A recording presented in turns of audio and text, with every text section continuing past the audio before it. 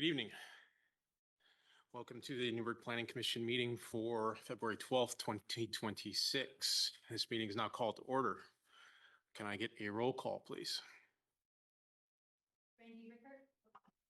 Randy Rickert, Here. Jason Dale, Here. Chris Wright, Here. Matthew Mansfield, Here. Jose Vallapando, Here.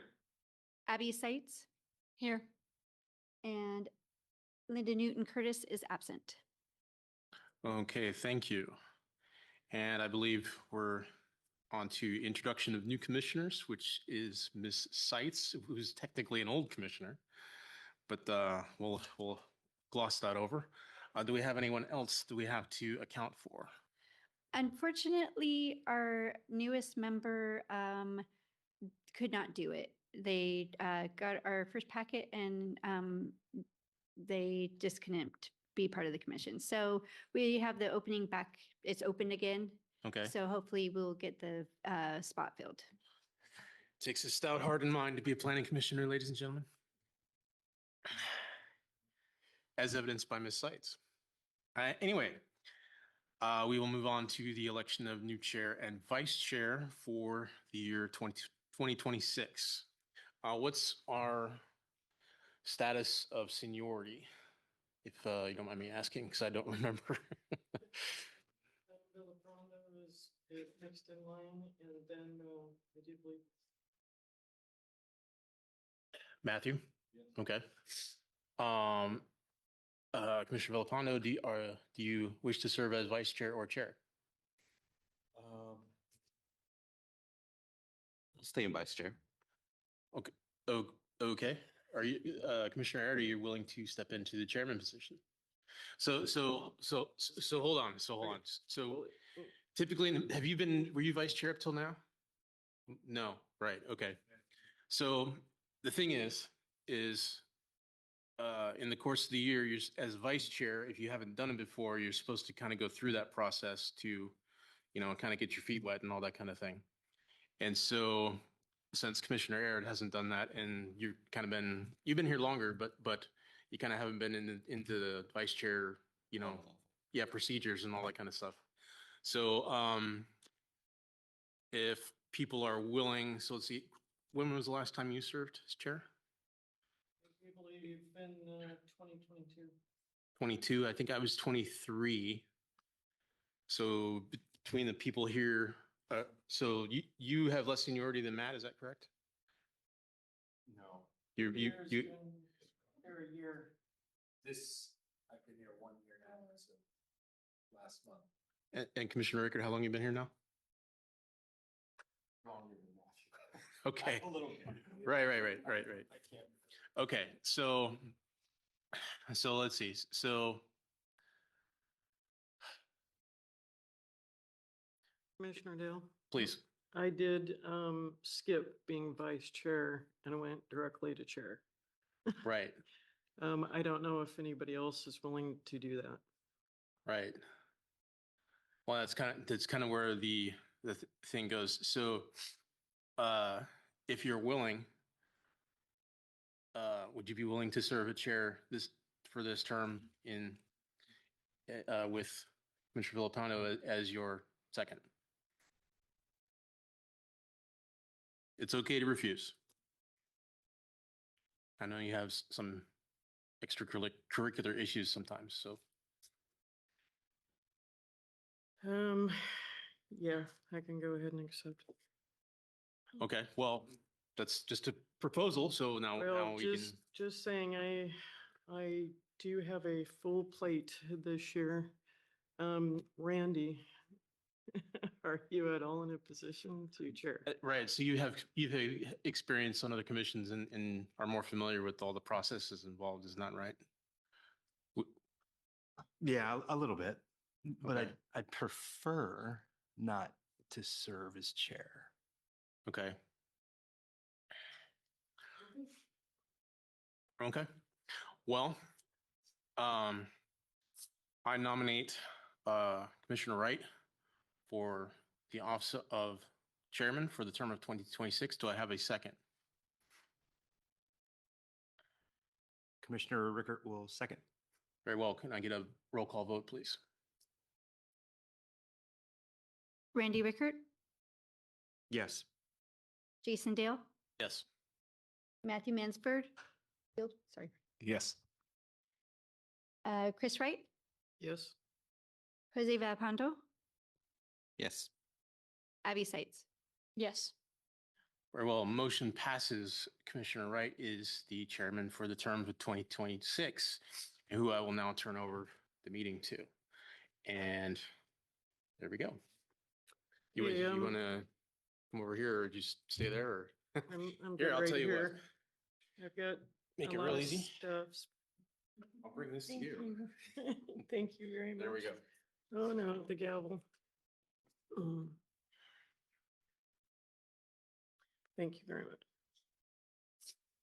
Faye, do we have any public comments online for those not on the agenda this evening? We do not.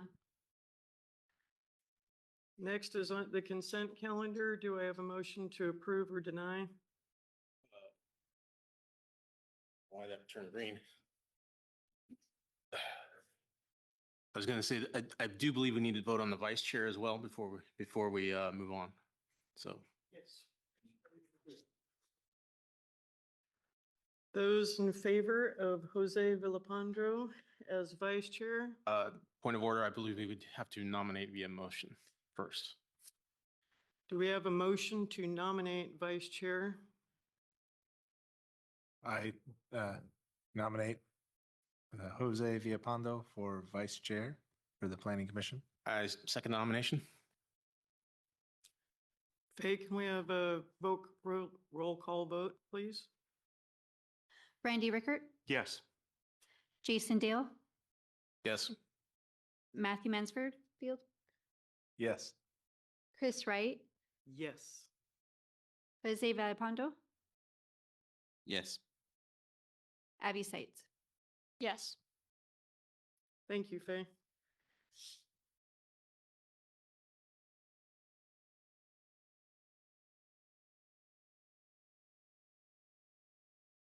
Sorry, I didn't have my mic on. Consent calendar is next for planning commission meeting minutes approval. Or denial.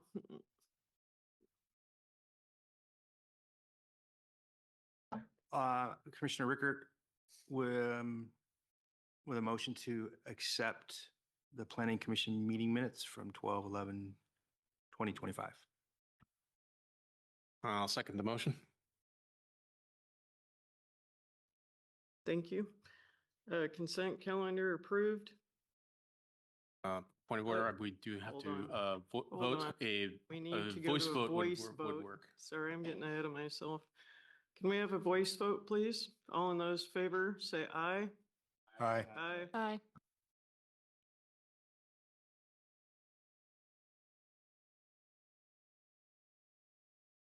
Planning Commission meeting minutes pass. Now we'll go on to our quasi-judicial public hearing.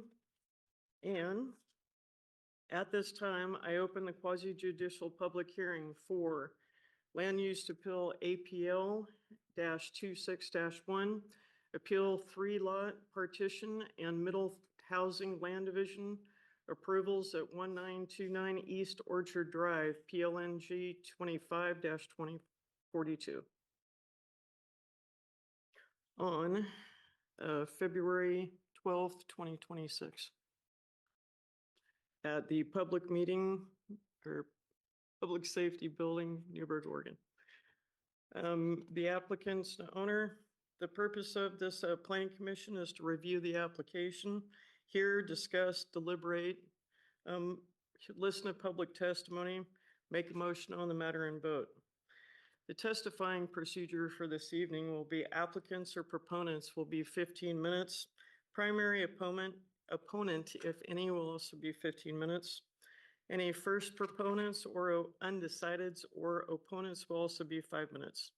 After each speaker, the Planning Commission may ask questions for clarification. At the end of all public testimony, the owner applicant has a chance for rebuttal. At this time, I would like to call for any abstentions, bias, ex parte contact, objections to jurisdiction. Hearing none. Student Commissioner, Sykes. Oh, really? You graduated? Don't, no. I'm still in school. Yes. I love it. Would Commissioner Sykes read our LUBA announcement, please? Of course. ORS 197.763 requires certain statements to be made at the commencement of a public hearing. The applicable city and state zoning criteria must be listed. This means that we must advise you of the standards that must be satisfied by the applicant prior to our approval of an application. The Planning Commission will list the applicable criteria during his or her presentation of the staff report. Persons wishing to participate in this hearing must direct their testimony or evidence towards the criteria stated by the planner or other specific city or state criteria which you will believe apply. You must tell us why your testimony or evidence relates to the criteria.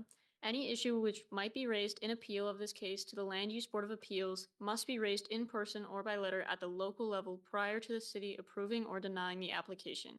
The laws state that the issue must be raised in enough detail to afford the decision maker and the parties an opportunity to respond. This part of the law is also known as the raise it or waive it requirement. If you do not bring it up now, you cannot bring it up at the Land Use Board of Appeals. Failure of the applicant to raise constitutional or other issues relating to the proposed conditions of approval in enough detail to allow the local government or its designee to respond to the issue precludes an action for damages in circuit court.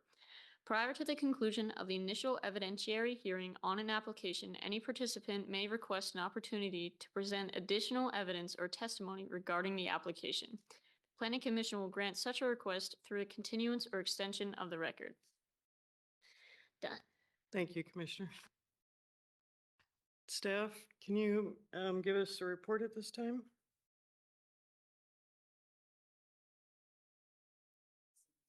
Sure. Faye's going to get PowerPoint loaded up here.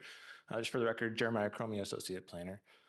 And before you tonight is an appeal on a 3-lot partition and 3 middle housing land divisions at 1929 East Orchard Drive. And it looks like we got it up here. Let's see if this works. So, as mentioned, this is a 3-lot partition and 3 subsequent middle housing land divisions for a triplex on each partition lot. The zoning is R1 and applicable criteria is 15235 as detailed in the staff report, which is Exhibit A in your packet, the director's decision. The appellant tonight is Ryan Adnovic. I'm sorry if I did that wrong.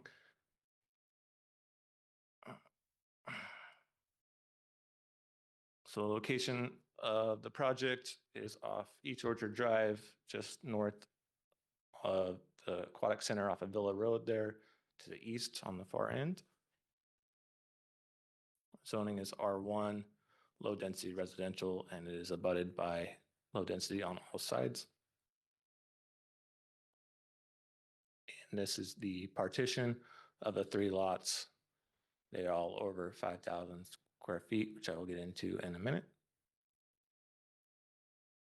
And then each of the partition lots would have a triplex with a middle housing land division on them as seen here. Something I wanted to comment on tonight is there a difference between partitions and middle housing land divisions. The main thing with middle housing land divisions that's different than partitions is there's no minimum lot size requirements or setbacks for the individual what are called child lots, which is the additional lots that are created from the parent lot, which is the 3 lots for the partition. And then each dwelling has to have separate utilities. But the setbacks are not required in middle housing land divisions, but they do have to meet Oregon Residential Specialty Code for building, so that includes firewalls. And then those lots can't be further divided.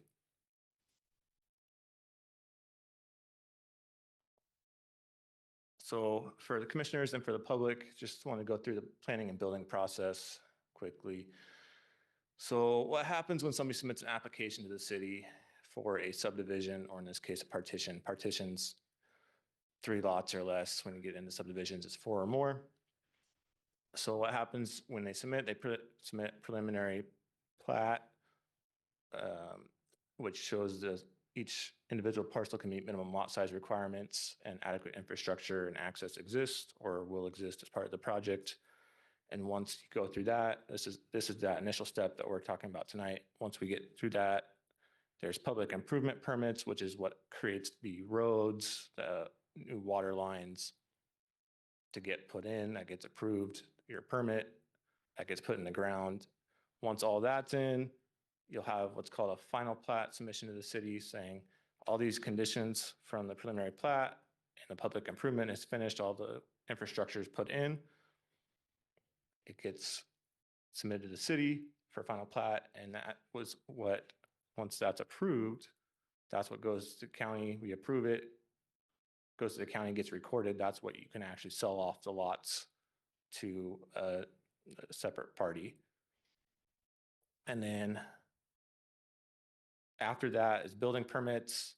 You submit building permits to the city, and at that time, the city evaluates all the current standards, including setbacks, height limits, parking requirements. I will say there is a caveat to this with the state legislature now allows for early issuance of building permits and substantial completion of public improvements. So you can submit it with the application if it's desired, but is not required. So that's the process that goes through. And so the city issued a decision on January 7th regarding the partition and middle housing land divisions with a host of conditions associated with it as found in your packet. And the city received a timely appeal on the following issues were raised. And so we're going to go through those and address them as they were raised. So the first item that was related to fire turnaround and fire flow. So I put the relevant code section in here, and I can go into detail if it's desired. But city found they're all met with conditions, and that TVFR permit was approved 2025-0121. Instead of a required turnaround, the fire department required the buildings to be sprinklered as part of their Tualatin Valley Fire permit. And I believe fire department's online if you have questions about that. And then the second one was a fire flow. It was insufficient. The applicant did do a fire flow test as indicated on the permit. And as you probably saw in your packet, TVFR submitted a letter saying it met the 1,000 gallons per minute requirement for a 4-inch line. And so you can see that in your packet, but also here on the TVFR permit. So they have to have the sprinklers and the building notes, the fire flow is tested, fire access, roads have to be paved, and there'll be no parking signs, and that will all get inspected.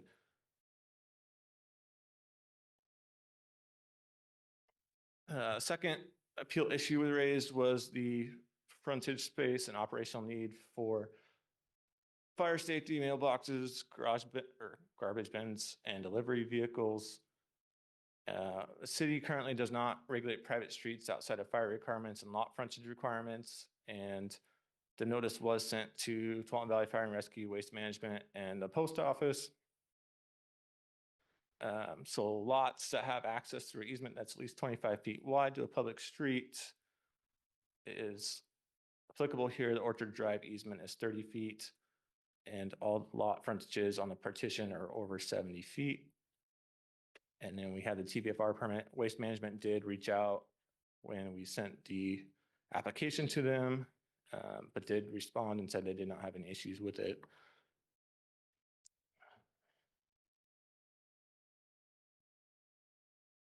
The next appeal issue was raised was the flawed traffic analysis and traffic safety issues. So a traffic generation memo was submitted from the Institute of Transportation of Engineers for the 3 triplexes that had 9 PM peak trips. So the code in 15235 says if you have 40 PM peak hour trips or more, that is when a full traffic impact study is required. There's some other language at the bottom of that section that says it can be required if there's a known operational deficiency or safety issue. Our transportation system plan, the TSP, has no planned improvement for the streets, and there's been no safety concerns raised to our Traffic Safety Commission at this time. The next issue raised was the inadequate utilities, and that the applicant didn't provide enough evidence for water, sewer, stormwater as part of the code. The applicant did provide a water line capacity memo as part of their application, which assessed the capability to serve the future triplexes, and they also produced a preliminary stormwater report with rain gardens to handle the additional runoff. And then they are required as part of the conditions to do a final stormwater plan as part of the public improvement process.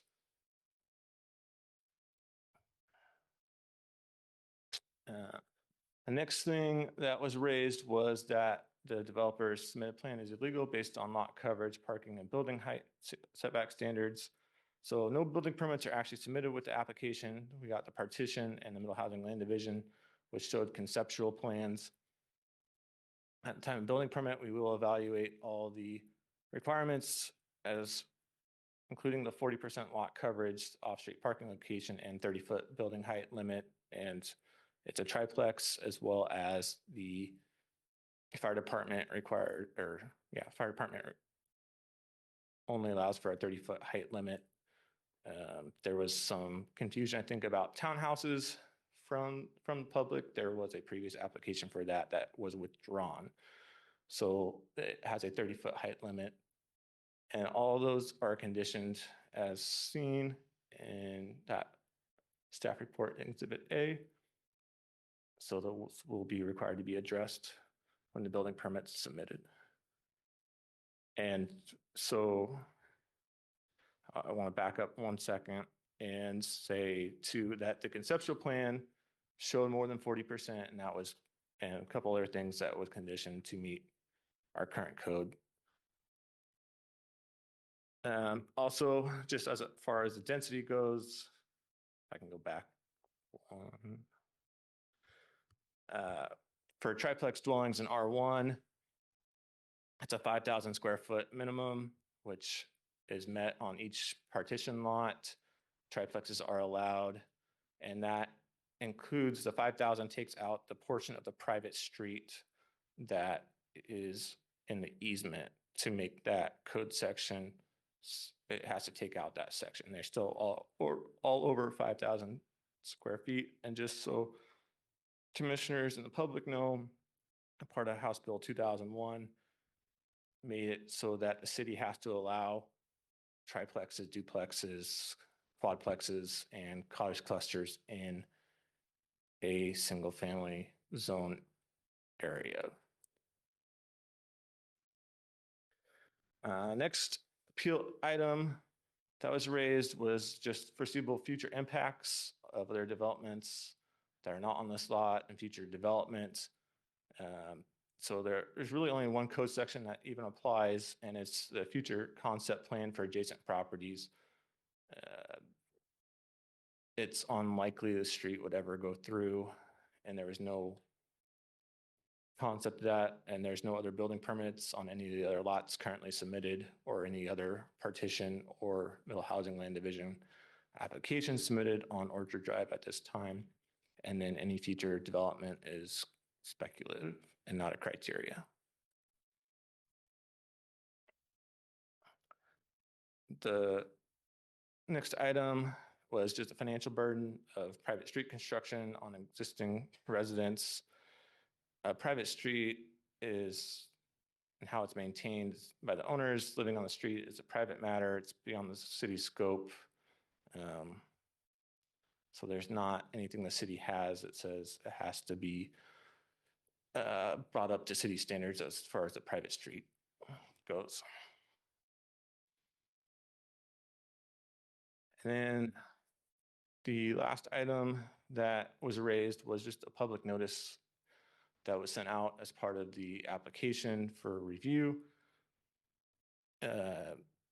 Applicant claimed the appellant and others raised concerns about the envelope that the notice was sent in with the 76 logo on it. Our code does not have requirements of what the envelope that gets sent out has to be in. It is the applicant that is required to send it out. And they did, and all the correct notice was mailed as part of that.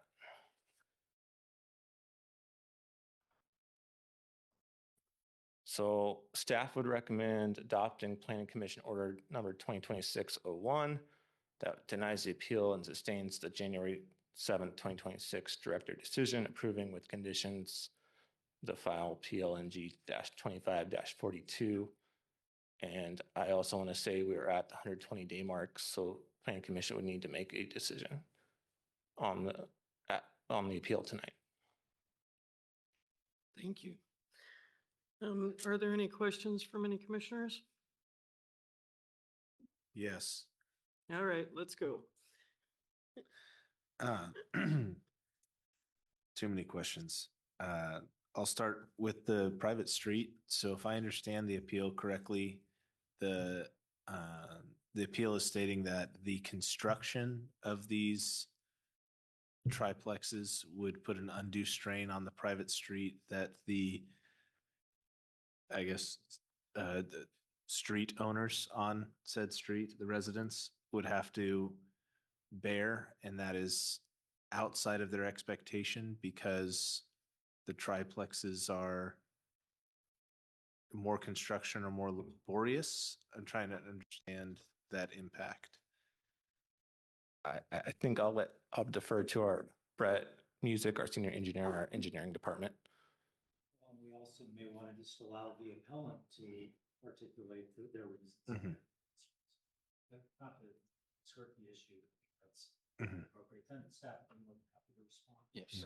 Thank you, Scott. That is we- exactly what I was going to say.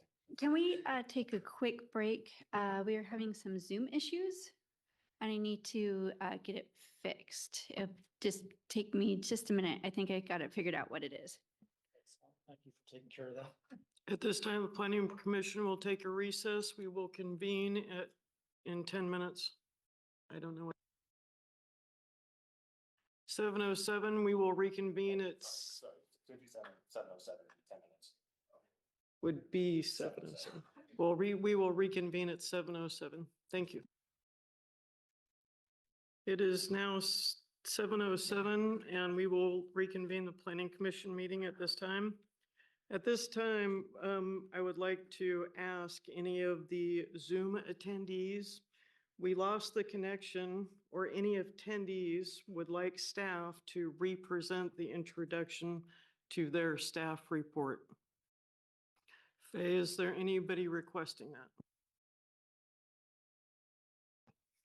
At this time, the chair recognizes Commissioner Mansfield. Continue his questioning. Never mind. We will listen to the Zoom attendee.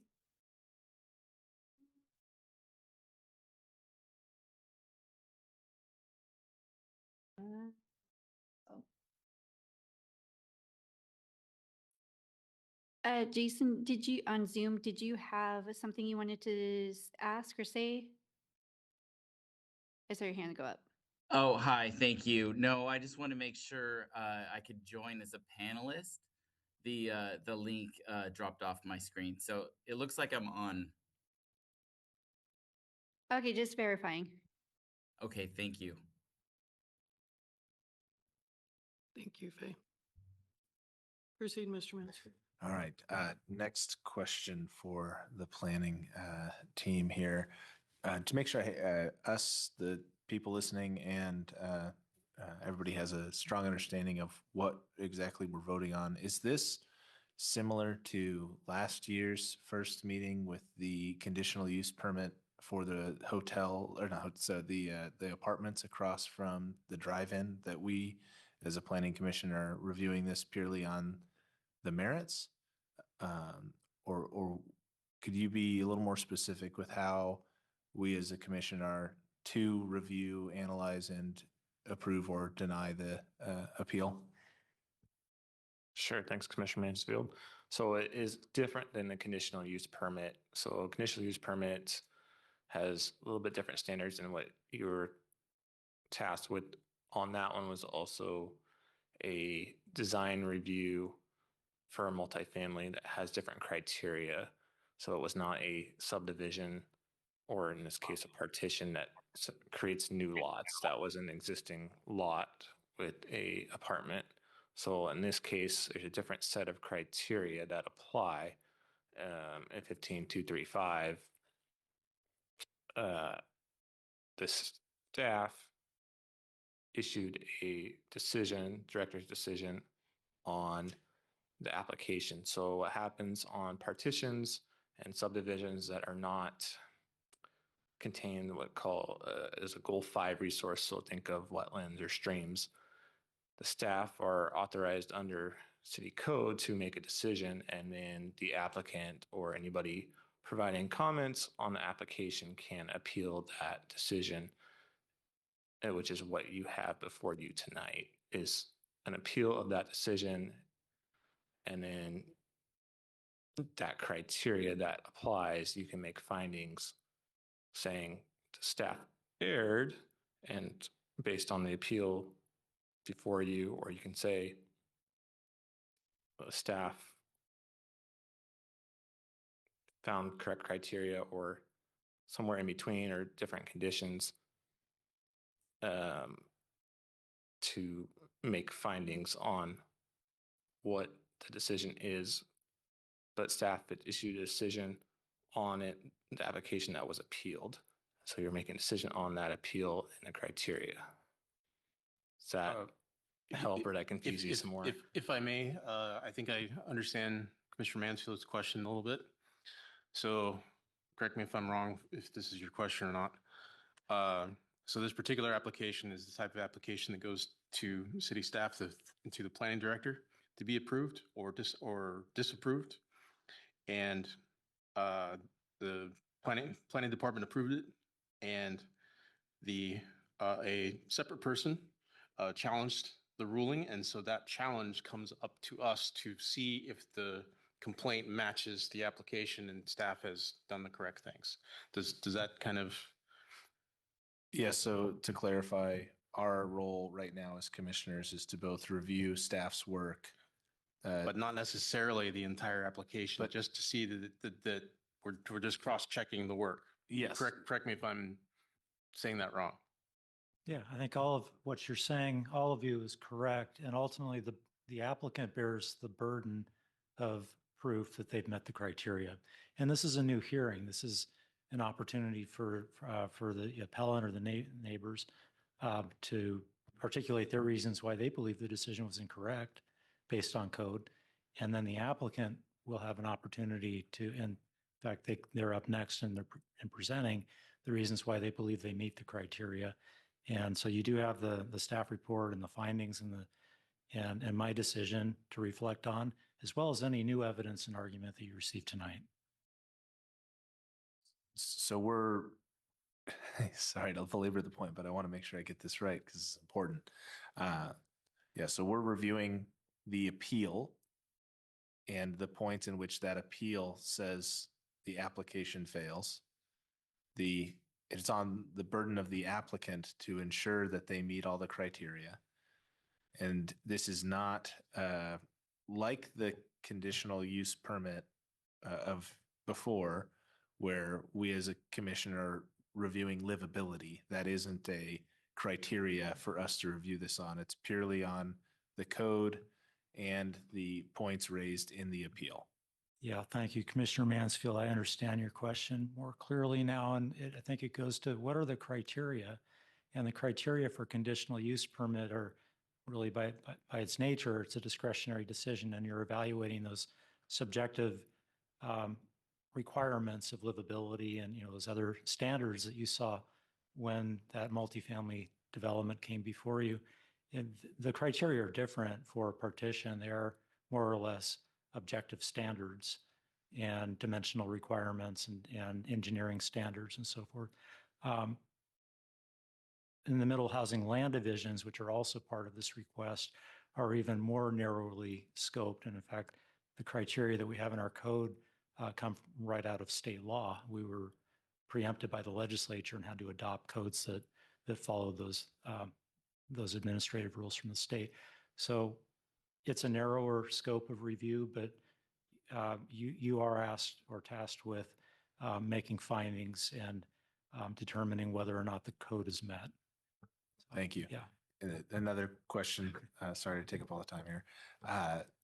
If these lots already existed pre-partitioned, and maybe they were owned by 3 separate individuals as just lots, if they were to be going forth asking for a triplex, a middle-level housing, that would be in full compliance and would never see the Planning Commission? I'll hand it back to Mr. Cromie. He can talk about the procedure around that. So I just want to be clear, there's one lot currently. Okay. You're saying if there are 3. If there's 3, you're saying if there was 3. So what happens if there was 3 lots? Theoretically, the applicant or the owner of the property could come in and submit a building permit for a triplex or duplex, as long as it met the minimum lot standards. You would review the setbacks. They could do the middle housing land division with that, and you're correct, Planning Commission would not see that. So that's a separate ORS that only the applicant can appeal in the current legislation out of the legislature. As well, sorry, gosh, now I'm blanking. Because a triplex and this middle level housing falls inside of the current zoning for this area as a LRD, LDR, low density residential. So yes, the property zone R1 low density residential, a triplex is a permitted use in that district with a minimum lot size of 5,000 square feet. Perfect. Thank you. Commissioner Wright, the Planning Commission's responsibility to safeguard health and safety and welfare of the community.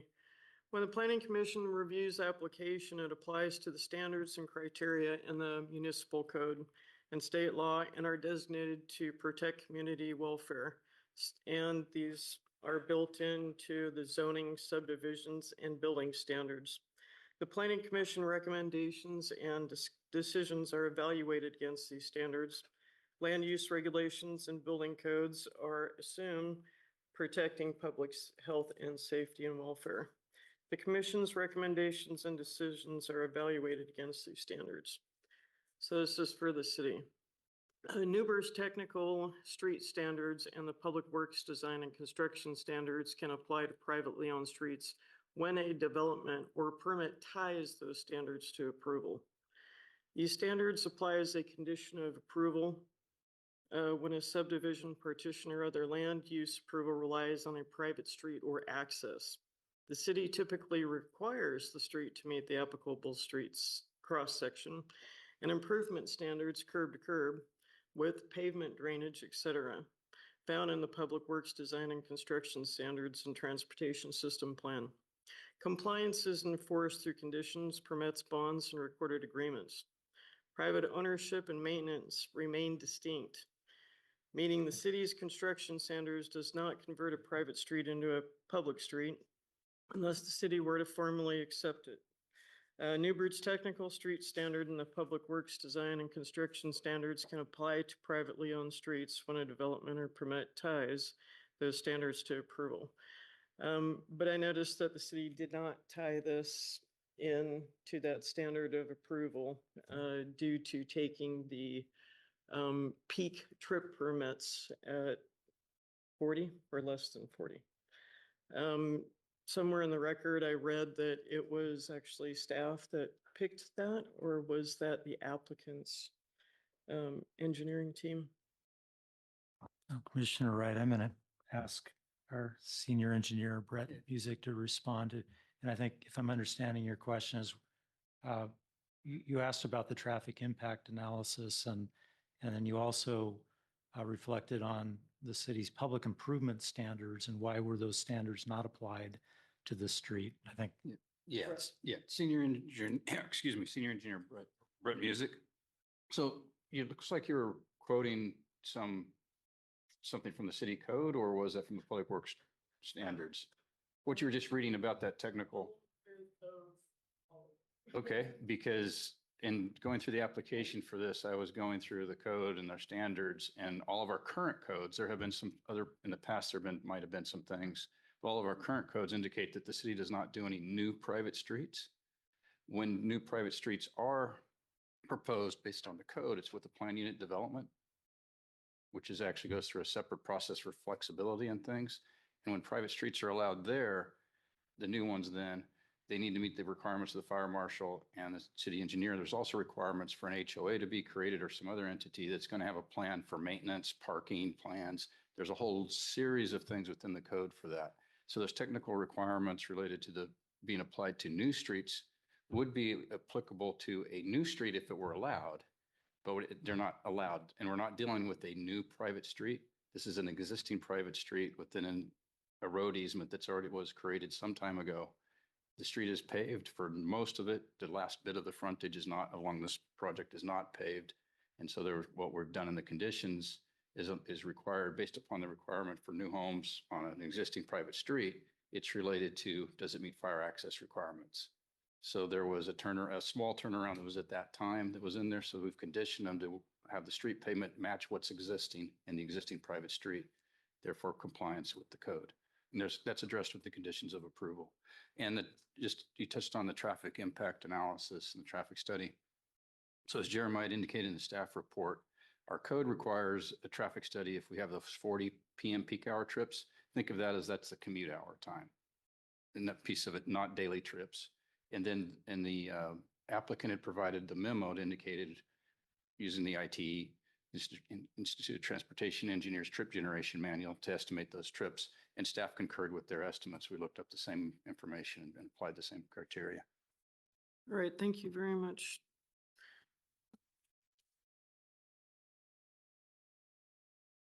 Are there any other questions from staff? I mean, commissioners? And at this time, we will have public testimony, applicants, or opponents at this time. Or first, I will call. Really quick, since we had the issue with the Zoom, it was suggested that we redo the legal announcement for the public testimony. Okay. Abby, All right. please. Yes, thank you, Faye. At this time, we're going to review the criteria. Plan commissioners will review the application, hear, discuss, deliberate, public testimony, make a motion on the matter and vote. For testifying procedure, applicants or other proponents have 15 minutes. Primary opponent also has 15 minutes. First proponents or second undecided opponents have 5 minutes. After each speaker, the Planning Commission may ask questions or for clarification. At the end of all public testimony, the owner applicant has a chance for rebuttal. And that is all. I'm sorry, Chair, if Abby, Commissioner, if you would read the legal announcement, this is so that those who are wishing to participate or testify will understand their rights and responsibilities around that. Yes, of course. ORS 197.763 requires certain statements to be made at the commencement of a public hearing. The applicable city and state zoning criteria must be listed. This means that we must advise you of the standards that must be satisfied by the applicant prior to our approval of an application. The planning staff will list the applicable criteria during his or her presentation of the staff report. Persons wishing to participate in this hearing must direct their testimony or evidence towards the criteria stated by the planner or other specific city or state criteria which you will believe apply. You must tell us why the testimony or evidence relates to criteria. Any issue which might be raised in appeal of the case to the Land Use Board of Appeals must be raised in person or by letter at the local level prior to the city approving or denying the application. The law states that the issue must be raised in enough detail to afford the decision maker and the parties an opportunity to respond. This part of the law is also known as the raise it or waive it requirement. If you do not bring it up now, you cannot bring it up at the Land Use Board of Appeals. Failure of the applicant to raise the constitutional or other issues relating to proposed conditions of approval in enough detail to allow the local government or its designee to respond to the issue precludes an action for damages in circuit court. Prior to the conclusion of the initial evidentiary hearing on the application, any participant may request an opportunity to present additional evidence or testimony regarding the application. The Planning Commission will grant such a request through the continuance or extension of the record. Thank you, Commissioner Sick. At this time, we'll be hearing from our applicant first.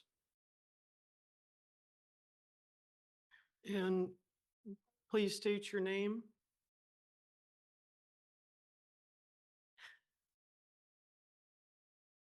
Please state your name for the record. Okay, my name is Dean Herford. Address is 17809 Northeast Marine Drive, Portland, 97230. My name is Devin Jackson, Principal Engineer of Jackson Civil Engineering, the applicant's consultant. Anyway, good evening, council or planning commission. So I won't take much time really. Mine's short and sweet. This property has been in my family's name for a little over 40 years. So it's not as though I'm not new to Newburgh. I've spent a lot of time out here. For the last 15 years, my Uncle Bob and I have kind of visualized that back piece of property, wanting to do some type of George Fox housing type thing. So I'm just kind of moving forward on what we've been talking about for a long time. I do understand the neighborhood's concerns. You know, I'm compassionate to that. At the same point in time, we believe that this application, when we turn it in, complies to everything that staff asked us to do. It's been a little bit of a drawn out period of time, but we have checked all the boxes. And as we went through the appeal things up there, there's only really one area where I feel a little bit negligent on, and that's number 8. And that's where it talks about the mailing thing on the mailing address. And I do apologize for that. I used my office is at that address, and I'm at that address 360 days out of the year. So it's not as though it's a bogus address. I would just like to compliment the city staff on all the help that they've done on this. I mean, basically it's been Devin doing the job, but every time the city staff recommends or tells us something that we have to do, we do it, and we believe that we've complied with anything and everything that's been asked us to do. Wrapping up my statement, a common phrase is affordable housing. And in order to get affordable housing, you have to have density. I didn't make up these rules, it's just the way that it works. That's our goal, to get high quality density close to George Fox College. So for that, I'll kind of wrap it up and leave it to Devin, or if you have any questions. Are there any questions from commissioners?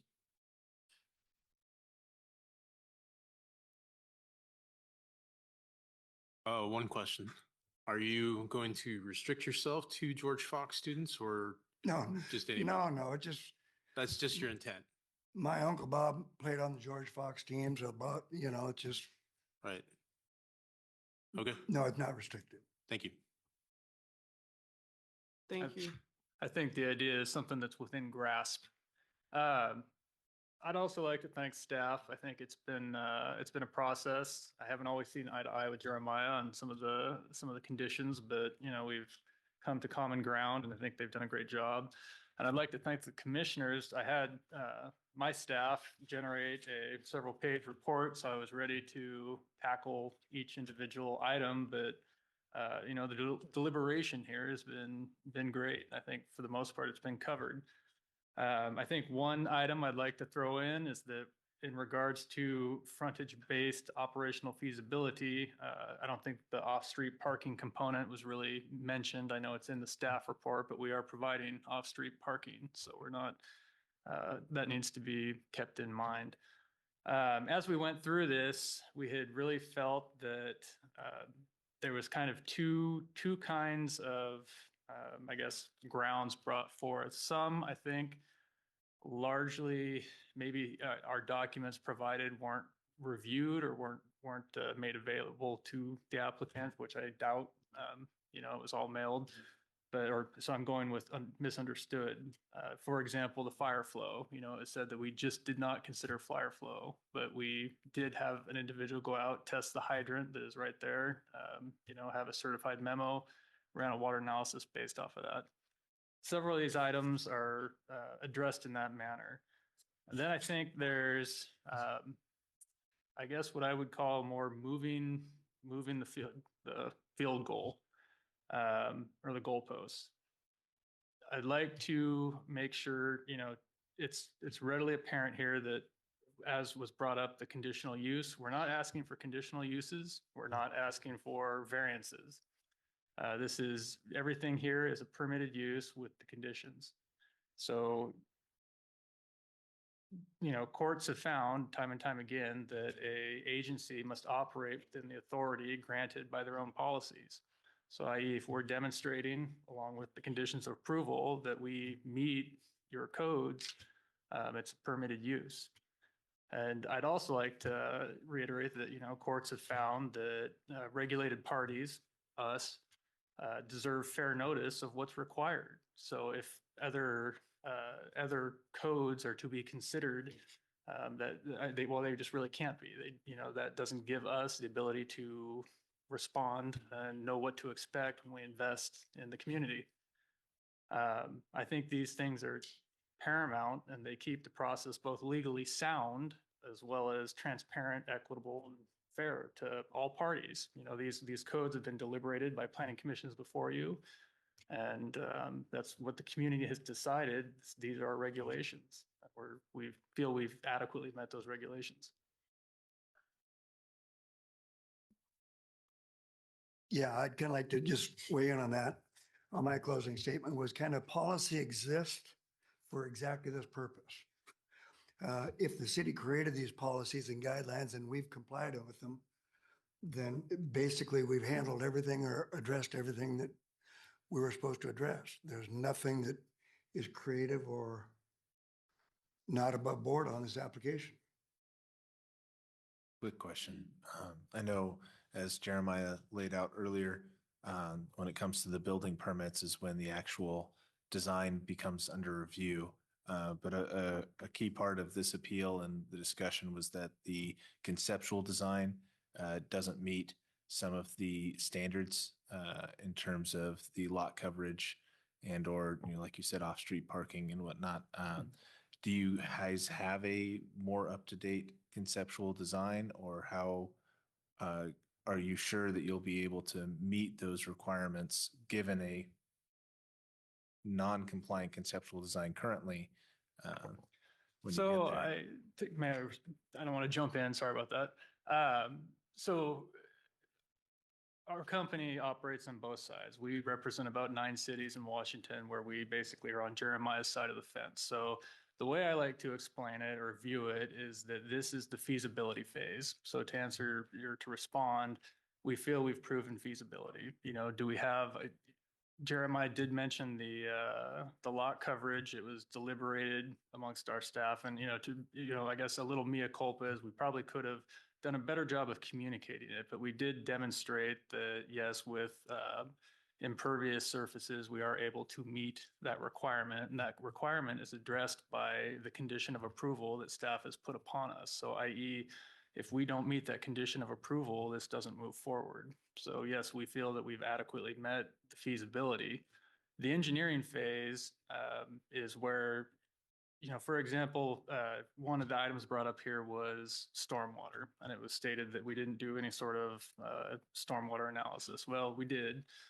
We did stormwater modeling of rain garden facilities. We had a geotechnical engineer go out and do perk tests essentially, or infiltration testing and use that to model facilities to demonstrate the feasibility. Now, I didn't give Brent the slopes of our pipes, for example. That's the technical side, but we have proven that these facilities can in fact be constructed. They can in fact hold the water and infiltrate it into the ground, not impact the neighbors. So the feasibility is met. And yes, we do feel that the concept has satisfied that with conditions. Thank you. Because specifically about the parking spaces, I want to better understand that because our Newburgh Municipal Code 15.440.030A, the table identifies that any 3 or 4 bedroom unit need a minimum of 2 spaces. And using frontage street with no abutting street parking raises that to 3 spaces. So when you have 9 units planned, and from my understanding, each unit planned is going to have 3 bedrooms. So that's a total of 27 bedrooms. I don't believe we've stated bedrooms. Okay. Yeah. So if it's 3 triplexes where each of those triplex units are 3 bedrooms, that would raise that total lot or between the 3 lots, a total number of parking spaces to 27. Yeah. If I understand that correct. Commissioner Mansfield, I think you referenced 15.440.030 with the off-street parking spaces required. So each triplex is required to have 1 off-street parking space per dwelling unit in that code section. I think you may be looking at the multifamily standards. No.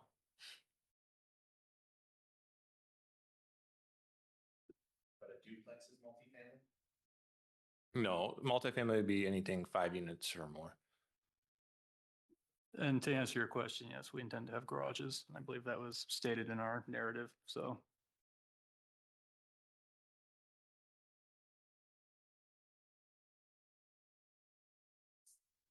Thank you, Mr. Herford and Mr. Jackson. Thank For you. your testimony. Appreciate So in closing, my last pitch is I believe the staff has done a good job addressing all of our things. So that's why we're not up here really begging for what we're doing, because we've already been doing this for months. So I just hope that you'll allow this project to move forward. Did you want to talk about your notice twice? Oh, yeah, on item number 8, even though I feel bad that I used my professional address, I've also sent out 2 notices. So I did do it 2 times because of a previous application. So people knew something was coming down the pike. Plus the property was posted. Huh? Plus the property is posted. And the posting, yeah. So Commissioner Wright, so you sent it from a envelope from with the address from your business? Yeah, from my on it? business. And then you sent a second one with your residential business? No, we had 2 applications, so this property's been posted twice is what he's getting at. So we don't feel that we've been, like we tried to hide it, or be subversive. It was posted 2 times and noticed, mailed 2 times. And, to Jeremiah's earlier point, it doesn't have a listed criteria as to what, the mailer needs to look like. So he did what I would do in my business. I sent a check to my uncle the other day. It went out as Jackson Civil. It didn't go out, I handed it to the admin. She ran with it. So. Thank you. Staff, is there anything in our codes about that? That specifically says that it has to be from the person's address and not a business address? Thanks, Commissioner Wright. There is not anything in our code Staff does look at the notice that gets sent out and approves that, but as far as the envelope, it goes out in and the return address on that, it is not a criteria we look at. In the actual notice itself, it has contact information for the city as well as the applicant. Thank you. Thank you.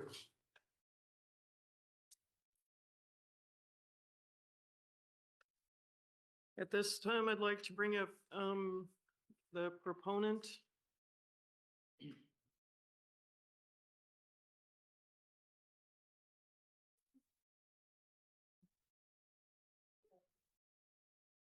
Red is on. Oh, thank you.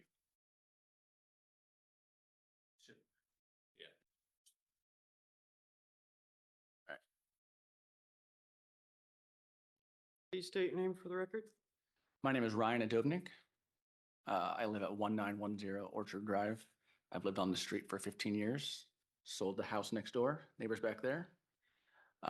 Good evening. I'd like to echo what Mr. Herford said. The city staff, specifically Jeremiah, have been very helpful. My education has gone up quite a bit at his expense, I do believe. But we're here tonight because we care deeply about our community. It's a dead-end street. I tell my friends from out of town, you turn down my street, it's like you're in Yamhill or Carlton. You're not in Newburgh because it has very inconsistent housing. My house is 10 years old. Peggy's house down the street was back in the 80s when this private street was first developed, because that's the timeline of that's how this got in. And I think the rules came in like a few years after that. It's kind of just a funky, inconsistent kind of very unique pastiche. So we just want to show up and participate respectfully and make our case in understanding now more that to Commissioner Mansfield's point, like what are we voting on and what are we trying to raise, or what are our complaints? And we're just trying to advocate for our community and our lifestyle, and to be honest, our property values to the best of our abilities. I myself am a George Fox graduate. Sure, I would like to profit off George Fox students as much as the next person. But if that's what it's about, then by all means, feel free to donate the property. But the George Fox, it's whatever. But anyway, why are we here? Collaborative review. Let's see.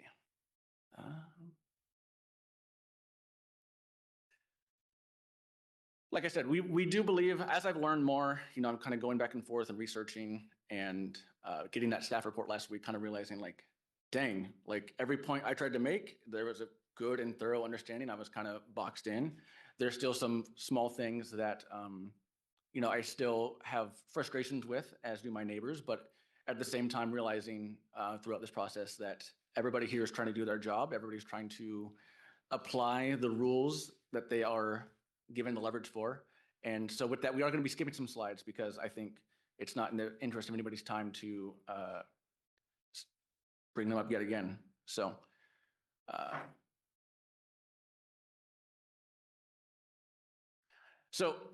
Newburgh, a great place to grow, right? Well, we think it should be a safe place to grow and a sustainable place to grow. And we're going to get into this a little bit when we talk about 1906, but this plan we think is disproportionate to what would make sense if you'd ever been on that street. It just doesn't fit the culture and the tenor of the neighborhood. And I admit that that's not part of the jurisdiction, to Mr. Herford's point, right? There's laws, there's rules, bylaws, tri-laws, all kinds of laws, right? But we have to follow what we have, and we understand that. But our goal here is to make sure that at the very least, whatever's going to happen is going to happen. But if we can find any way to optimize what's going to happen to our benefit, how we see to be our benefit, then we're going to do that. But we're going to be on guard. So like I said, a lot of people probably haven't even been on this street. So Orchard Drive, private street. You're going down Villa. If you're going to take a right to go towards the Aquatic Center, that very next little turn is Orchard. So this right here, if you might recognize down here to the left, is that dip under the trestles. So I run every morning, and when I cross the street to go across the way, I have to book it because cars are hitting the gas to come up around that sweeping, that winding uphill turn, right? And so like, they're not trying to hit you, but like, you have to make sure that you fly or you're not gonna, so you don't get hit. Similarly, when you're trying to leave our street, you have to like check left and then you have to look right, make sure you're still clear on the left and then hit it because a car might come out of nowhere because, you know, I'll be the first to admit, I don't always go exactly 25 miles an hour, especially when I'm coming up and down hills. And it's just a very sketchy part of town, but we deal with it. So what does that look like? So this is coming to the stop sign as you get ready to turn left. You can see the hedges, very obstructed view, right? So my little son, he's 5, he's at the age where he loves going to the aquatic center park, right? But we have to make sure that we really, really tightly hug that right line because a car could come around that turn, around this hedges to turn right from my left, and they're not gonna see you till it could be too late. So it's just everything about our little intersection is just tenuous. And here's a better side. If you look on the right, you can see that red box. I was trying to simulate like this is what like where a car might come. So if I'm coming here, I've got like one chance to flag a car. You can see like the background. It's very sorted, so it's very hard to kind of pick up on cars sometimes. We're just trying to show like yes, we'll get into it later. Like the traffic study isn't required because of the amount of trips, but we're just saying like this is dicey. There are 9 streets, or there are 9 homes, families on this street. And this would be doubling it. And so to us, it's like, this is already kind of white knuckling it together every day to get in and out. And so we're just trying to give some context about why, you know, we're not NIMBYs, we're just trying to be diligent. So this is the street. Once you make that turn, right? You can see it's wonky. You got the shop on the right with a little small house next to it. That's my big tree. I have like a kind of 2-story shop and then a house, and then you got just a weird collection of houses and streets and shops. You know, it's got its own kind of density, but it works. So to zoom out a little bit, so what are we really here to talk about? You know, the way we see it, it comes down to safety, operational feasibility, lack of code and neighborhood compliance. I think the city addressed that pretty well. I think that's kind of the main ones that we focus, or we don't focus on. And then unfair burden and flawed public process. And we know we do appreciate the acknowledgement from Mr. Herbert that, you know, I understand that he might not have been trying to be deceitful. At the same time, I would say to the engineer, the story about writing your uncle a check, that's just hogwash. It just doesn't make sense because I can call my uncle, right? Mr. Herbert hasn't contacted any of us. One of us has reached out to him. So to use that analogy is really sloppy and misleading and continues the line of, I don't want to say bad faith, but a lack of good faith. Neutral faith at best is what I would call that. So fire access, I think that's been beat to death a little bit. Traffic, we're going to get into that. 9 peak hour trips versus 86 trips overall. This is just more stuff where I got beat up. It's all fair. So this is our street, right? This is a, for all intents and purposes, a 1-lane road. It's a private street where you go down and you and your neighbor cannot cross like 2 ships in the night, right? You know, it's very neighborly. It's like living in a small town. Like, oh, cat's trying to leave to go do whatever. I'm coming home from doing whatever. Like, oh, gotta stop. Like, you know, it's awkward, it's clunky, and we make it work.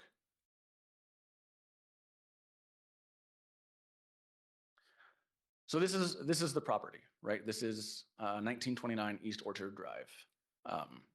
This is a view. I think this is from my house. Yes, on the corner of my house.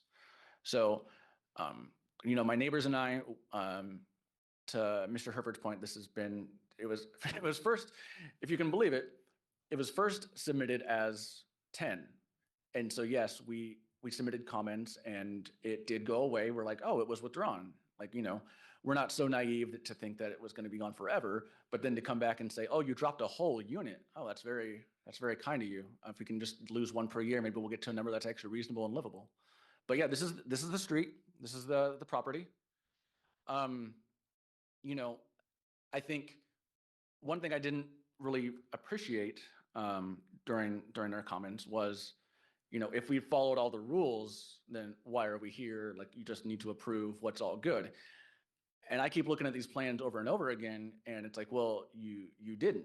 You guys need to go back to the drawing board, which is, you know, it's just very clean cut. So it'd be one thing if everything was completely followed and the rough draft was the first draft, you know, the first time go, as we say, first time trigger pull in the Army, right? But I think, you know, the points that the city raised were, you know, the more I learn, the more, like I said, I get boxed in. Like, okay, yeah, there's some great points. I don't know how long it's going to take them to get their homework in.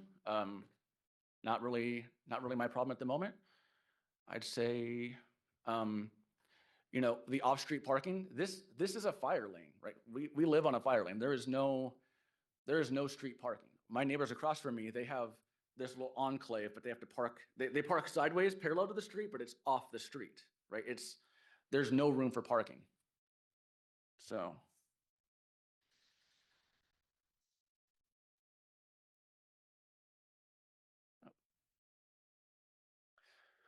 All right, so up in the top right, you can see I marked off 1929 Orchard Drive. And this is, you know, no matter how you slice it, there's not any parking to be spared anywhere on that street. So are these guests are going to be expected to park by the George Fox Maintenance Building, at the Aquatic Center, neither of which, obviously those things were built for. So, you know, similar how we make the complaint that, you know, we're worried about our streets getting beat up for the sake of the profit of another person. I think it's unfair to expect other parking that city dwellers and, you know, George Fox staff rely on to be sacrificed for this. And this is another key thing that we want to bring up. This is 1906. This has been, let's see, my son turned 5 in 2017. That's been abandoned for about 10 years. You see a small little, like, dilapidated lean-to next to a manufactured home, right? So the whole neighborhood's been kind of waiting to see when this is going to be developed. Mike, the poor guy across the street, keeps waiting for this to get developed. He bought the house a few years ago thinking, like, well, obviously this is going to stay here forever. Like, this will be developed, not if, not when. And so last week, Kat and I measured it. If 1929 is 224 feet wide, and we're led to believe that 9 units is a reasonable amount for that, right? You take 224, I rounded to 225, divide by 9, you get 25, right?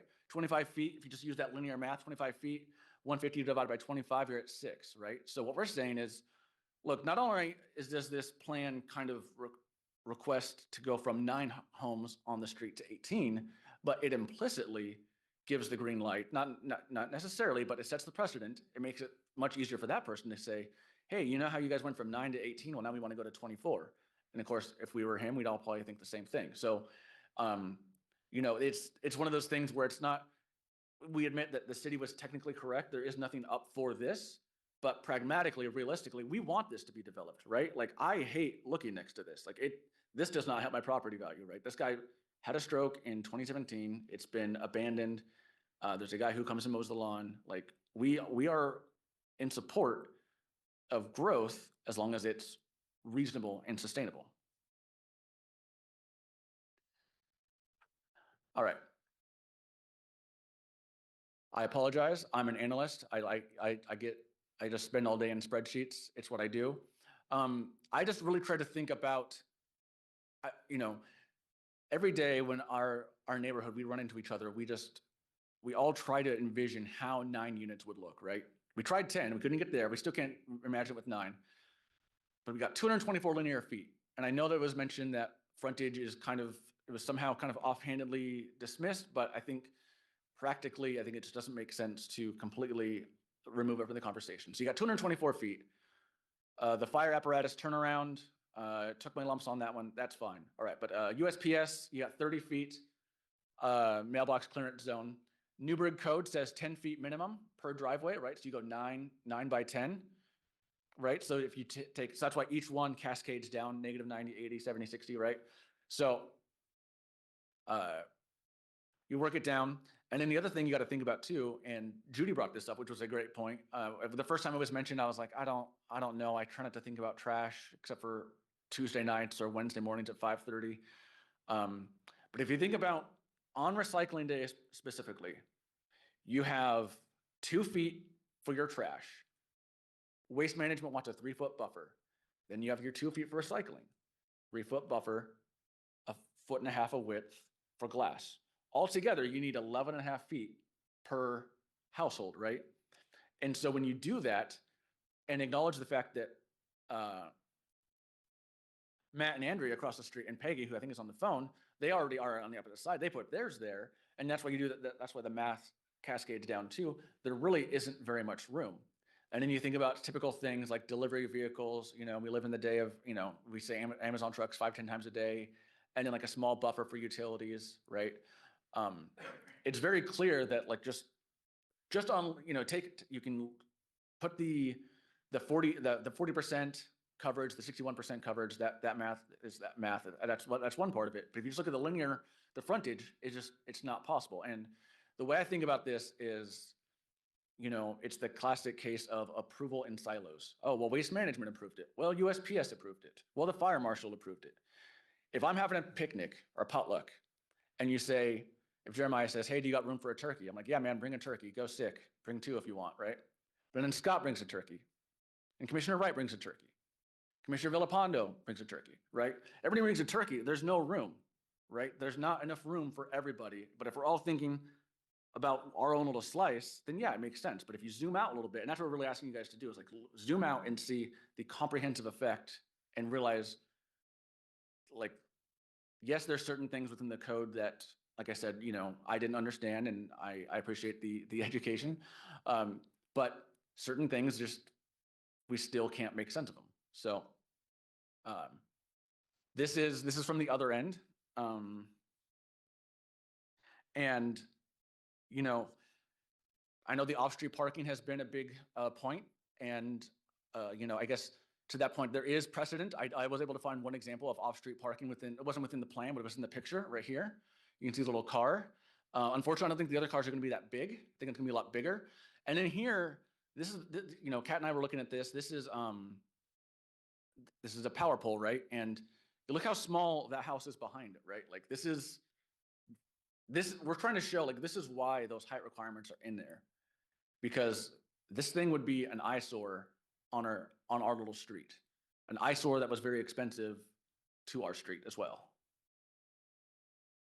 And that's what we're really concerned about, is maintaining the integrity and fabric of our community, and not having to pay out any more money for somebody else to profit. So I understand the city's point that, like, hey, it's kind of between you guys, and, you know, that is what it is. But we still feel like the point needs to be raised. Really, just to kind of drive the point home, we don't see this as a safe or sustainable plan. It exceeds the site's physical capacity. It doesn't meet essential life safety requirements. It conflicts with state and local codes. Now, I'd be glad to see what kind of plan they come up with after all this feedback, and we can kind of revisit that. But the imposes uncompensated financial burdens, and it was issued through a flawed, bad faith process. You know, we've tried to, as a community, try to figure out what we can and can't do, and it's been frustrating to see that, you know, we didn't realize, and it's not the city's fault, it's not Jeremiah's fault, it's not Mr. Herford's fault, that we have a private street that we're responsible for maintenance for, but yet we get no benefit. You know, it's not anybody's fault, it's just the way it is. It's like, just, you know, don't want to say it's unfair, but it's unfair, and it's like, that's how things go. We're learning that. You know, on a call back in November, Mr. Herford mentioned to Stephanie St. Cyr that he would let the cards fall where they may. And so we're here to ask that you ensure the cards fall on the side of safety, data, and responsible growth. So what's our request is to deny the partition as proposed and instruct Mr. Herford to come back with a realistic 2-lot plan with 1 single family home on each lot that complies with all fire code and lot coverage requirements. Because if you look back at my little Technicolor spreadsheet, if you look, technically, it doesn't even look like 3 is doable, but, you know, I think that's a little bit overly aggressive. I think with some fairly reasonable accommodations, it could be done. But, so we want to say it's like off the table. But, you know, if it must be approved, we still wish that there was some kind of mechanism, something that could be done to ensure that we don't suffer financial hardship in any way, whether that be street repair and as well as the construction of a 6-foot tall site obscuring privacy fence along the back line. Because this all started from Stephanie St. Cyr, who lives behind the property. So I'd be happy to answer any and all questions. I know I talk fast, and I know we've kind of talked in circles, but that's all I prepared. Thank you very much. Mr. Advenick, have you submitted your concerns to Transportation Safety Commission to get on the list for traffic yet at this time? We have not. Okay, I would suggest that you immediately do that. And I saw in some written testimony that there was no parking on this road. Mhm. Is that a regulated thing? Are there any signs up? Or is it just an understanding between the neighbors, like nobody really parks on that road? Right. I think it's more of an understanding, and there's no, I can't visualize any anything. There's a weird lot, like a lot from behind, where you could kind of like eke over, like on special events, like the neighbors do, but not sustainable. Nothing. It's tight.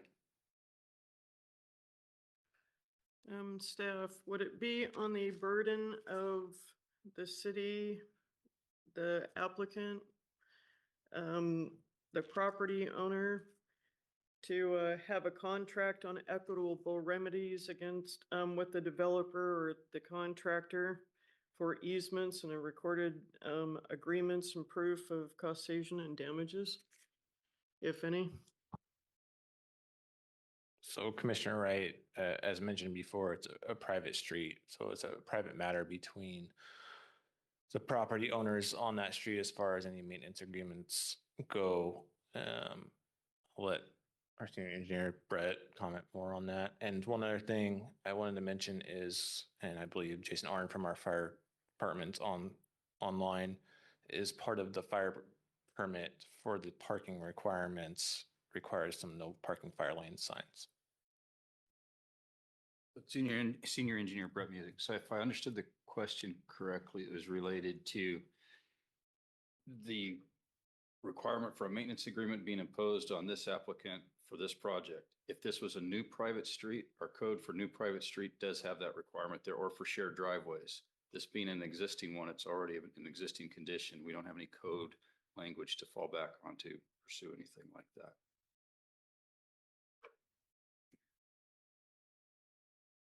So commissioners, we might want to dive into that in the future.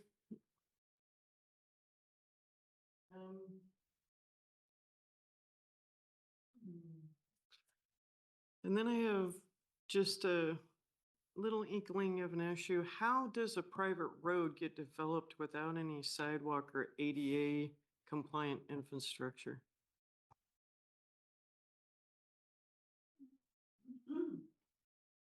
Jeremiah, do you have when the date of this road was created? It was some time ago. I think it was prior to ADA requirements existing. Yeah, thanks, Brett. There we go. So the easement was created in, I believe, March 1971. There's a code provision in current statute that says any new private, well, basically we can't have any new private streets. New private streets couldn't be constructed after March 1st, 1999. Any ones after that couldn't have any new dwellings on them. So I believe ADA was 7, oh, what? 89 for ADA. It was 80s for that piece of it for certain. Just as a clarification, it's my understanding that if the street would be necessary to be brought up to codes of all existing codes, the property owners would have to pay for it. So that's on all of you.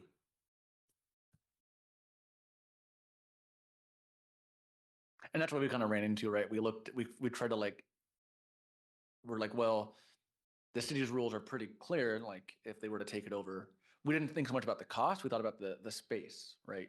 It's like, well, do we have like this weird, awkward, eminent domain issue where it's like, you tell me that you have to build a sidewalk, which I kind of want you to build, but I also want you to pay for my frontage, my 6 feet for, so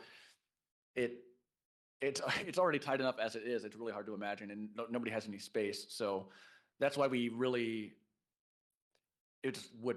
would look really awful too. So that's why we kind of had to pick our battles. These are the ones we picked, better or worse. Well, thank you, Mr. Advenick.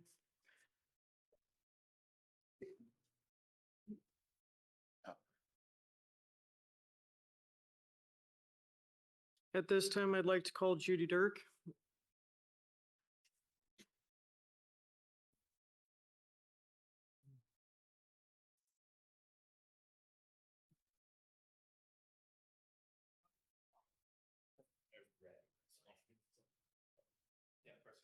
Okay, sorry. I'm Judy Durkee. I live at 1911 Carroll Avenue. One of the things that is not been looked at is the site characteristics. And by code, I believe you are to look at site characteristics when you are looking at developments. What you are talking about is a very small, confined, contained space that they are proposing to do this development in. This road is literally slightly wider than my driveway. So that's what you're talking about. If you haven't been down there, you really shouldn't be making decisions without being down there and actually looking at it. I could not find a fire application or a fire service plan online with all the other applications. There was one for the previous proposed development, but not for this one. So that is of concerning whether or not there's actually a current one. The previous one called for sprinklers because they would not be able to adequately fight a fire. Basically, what they're looking at is a very narrow, long, dead-end road. And at the very end is where they're putting this. They would not be able to adequately fight a fire with that particular proposal that they're doing. So they wanted sprinklers and a staging area. If you look at the plan, the staging area, my previous position is in the director's thing, there's a picture that shows you there's a fence on this side and there is a fire hydrant on the side. And Ryan showed one of the fire hydrant. Literally, what they're talking about is expanding the asphalt there from the base of the fence to the base of the fire hydrant. People are going to be driving within inches of a fire hydrant. I asked about how far a fire hydrant is supposed to be from traffic, and I didn't get an answer on that one. But it's not a matter of if somebody's going to hit it, it's when is somebody going to hit that fire hydrant if they actually do that staging area. And they were causing the staging area instead of a turnaround because there is no room for them to do an adequate turnaround unless they do it on the development property. Now, the approval does say that there does need to be a turnaround. There's not a turnaround there now. You cannot even do a 3-point turn on that asphalt. There are people who wouldn't be able to do a 5-point turn on it. That's how narrow it is. They need a turnaround, but you cannot do an adequate 3-plat division and a turnaround. One of the requirements is that they will need to do a turnaround. You would have to do the turnaround on the property development. And the one thing that Ryan also did not talk about is at the end of Orchard, there's a fence. If you have the trash trucks coming up to the fence, their pickup things are here. You cannot put any of your trash cans here. So you're going to lose at least 6 feet. So really, there's not enough room to line up all the trash cans for the waste management to come and pick up. You can't create space that's not there. The space is literally not there. To require, as Jeremy said, 1 parking space on an asphalt drive with no on-street parking. In our area, there are 3 to 4 is average cars. Some people have more, some people have less, but that's the average. So it only require 1 parking spot on a lane where there is no on-street parking is ridiculous. You really need to require more parking spaces, at least 2. And they will tear up the asphalt. There is no question that the construction vehicles will tear up the asphalt. It is not a street. It is a dirt and asphalt. And the city would be abdicating their responsibility to everyone who lives on that street in order to say that they do not have to fix it. Public improvement standards definitely should apply. It doesn't matter that it's a private drive. If somebody is building something and they're tearing it up, they need to fix it. And there's no way that you can do the 3-plat division and a turnaround. You really need to look at denying this at this time for them to come back with a more reasonable plan. And for the city to have put off the decision-making on this so that you have no time to even drive out there and see what it is that you're saying should be approved, that's not okay. You shouldn't approve something where there are some significant issues and then turn around and have the issues be a significant problem. You should deny it, make them come back with a more reasonable plan, go out there, look at what you're talking about, because the site characteristics are something that do need to be considered even when you're looking at the codes. And it isn't just not, you really need to require more parking. 3 plats is too many for that small space. They're going to be building out to the actual, if you look at their plans, they build out to the roadway itself. There is no easement between the driveway and the asphalt where people are going to be driving.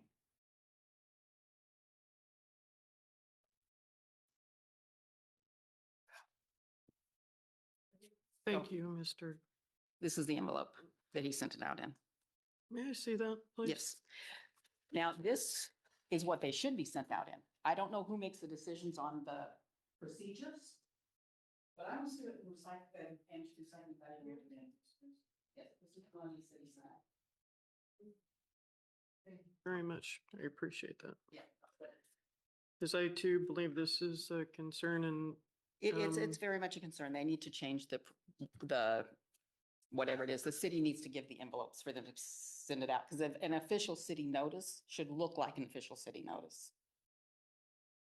yes, I do believe this commission has brought this up before. We can't address this today, but I think we will probably pick it up as commissioners at a later time. Thank you. I call Andrea Waybright.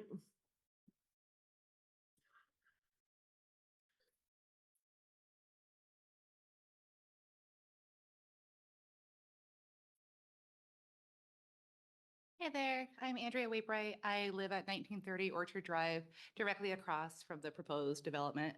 I just wanted to, I don't have anything formal or anything like that, so just put it into context here, to echo what everyone is saying. This is an extremely narrow drive. I think it's 18 feet wide, 18 to 20 feet wide. I believe the standard, correct me if I'm wrong, Jeremiah, is at least 24 feet wide for a standard road. And so we have those issues, not only being a narrow drive, but also the size of land that we're looking at here. We're talking about less than a half acre that they're trying to put. The current development now, our current street, has 9 homes. I believe 2 of which are 2-story. Everything else is single-story, other than like a large garage that service shops. So there's 9 single-family homes. The proposal to put 9 units in essentially what acted as a backyard before now is not in line with the street, and it's not in line with the character of the drive. And it does impact the safety of the children around our street, and also our property values. The people that live on Orchard Drive, we chose this drive because it's a single family community neighborhood home. So it's a little bit in contrast to have this massive urban density crammed into a backyard. There are places that this kind of density makes sense. This yard is not one of them. There are other huge developments going on Villa and Mountain View. That's a perfect place for mill housing. There is not a housing shortage. There's plenty of places to do it, and this yard is not it. I agree that development is possible there in the form of, maybe he mentioned he really wants to help George Fox. I think that they're very apt to a single family home with several rooms in it. So maybe one large home on that property or two single family homes would be, sorry, I'm a little nervous. I don't usually talk in front of folks. So I think that would be an acceptable compromise. But this kind of urban sprawl in such a small area is not clear. And correct me if I'm wrong, Jeremiah, did you drive down Orchard Drive when you approved this? Have you ever seen the property? I'm sorry, you need to direct your questions at me. Oh, I'm sorry. I was just wondering if anyone actually surveyed the area when approving it, if they accessed the street, if they looked at it and drove down the street and tried to turn around in what would be essentially my yard. If anyone parks on that street, they're parking in my yard, which I do not appreciate. But so that's the only kind of off-street parking would be, encroaching into my yard. So, Madam Chair, may I address that point there? Sorry, what was your name again? Andrea Waybright? Andrea. So you may not be aware of this, but as a commission, we are not allowed to go and view something like that. We're only allowed to consider what is presented to us in a meeting such as this. So for us to go on a field trip or something like that to view each thing that comes before us is, one, it's unfeasible for city staff to provide such a thing, and two, it's prejudicial against us for whatever's going across there. For, say, he sees one thing, I see another thing there, and it's very different. Just one second, let me finish. And so not only is it unreasonable from a logistical perspective, but it's unreasonable from the rules we're expected to abide by as a commission. And so we just have to be aware of that when we're talking about these things. And so you can talk about what's reasonable, but we also have a lot of rules we have to follow to be able to make these decisions. So I just hope you're aware of that now. And I think maybe my question wasn't clear. I understand, obviously, the commission didn't go out and look at it. I wouldn't expect you guys to have done that. I was specifically thinking about the planning committee. When they make those approvals, do they survey the property and the area that they're approving? I did not know if that was allowed or if that's prejudicial. I wasn't aware, so thank you for the education on that. But I wasn't implying that the commission be on the hook for. I wouldn't expect you to be aware of a rule like that. It's fairly arcane, the things that we do, as far as the general public not being aware of the things until they're actually involved with it, because why would you? So it's definitely an educational process. So I really do appreciate you guys taking the time to listen to the community about this. It's really been a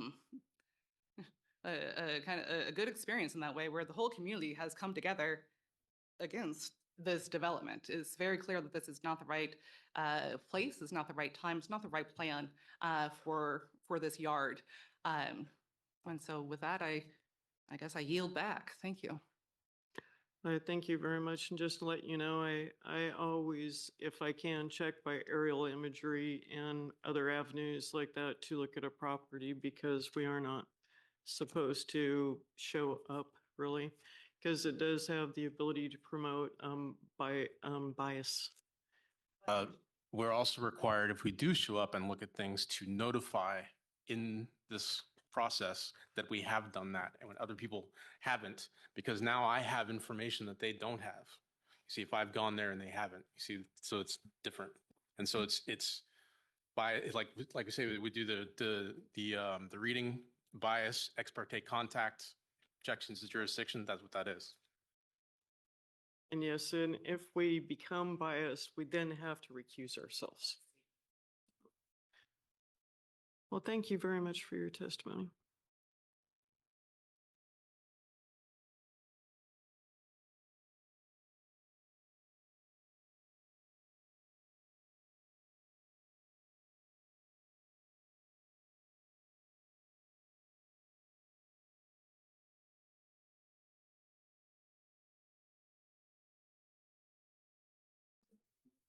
Will that be all the speakers for this evening?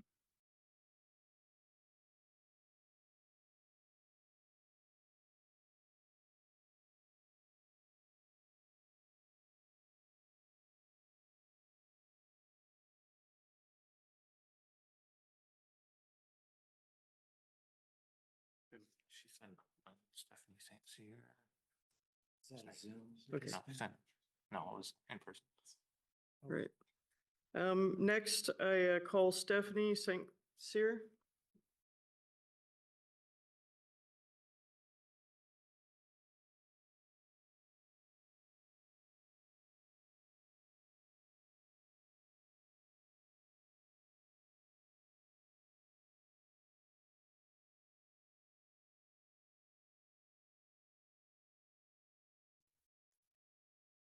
With that, are there any questions from commissioners?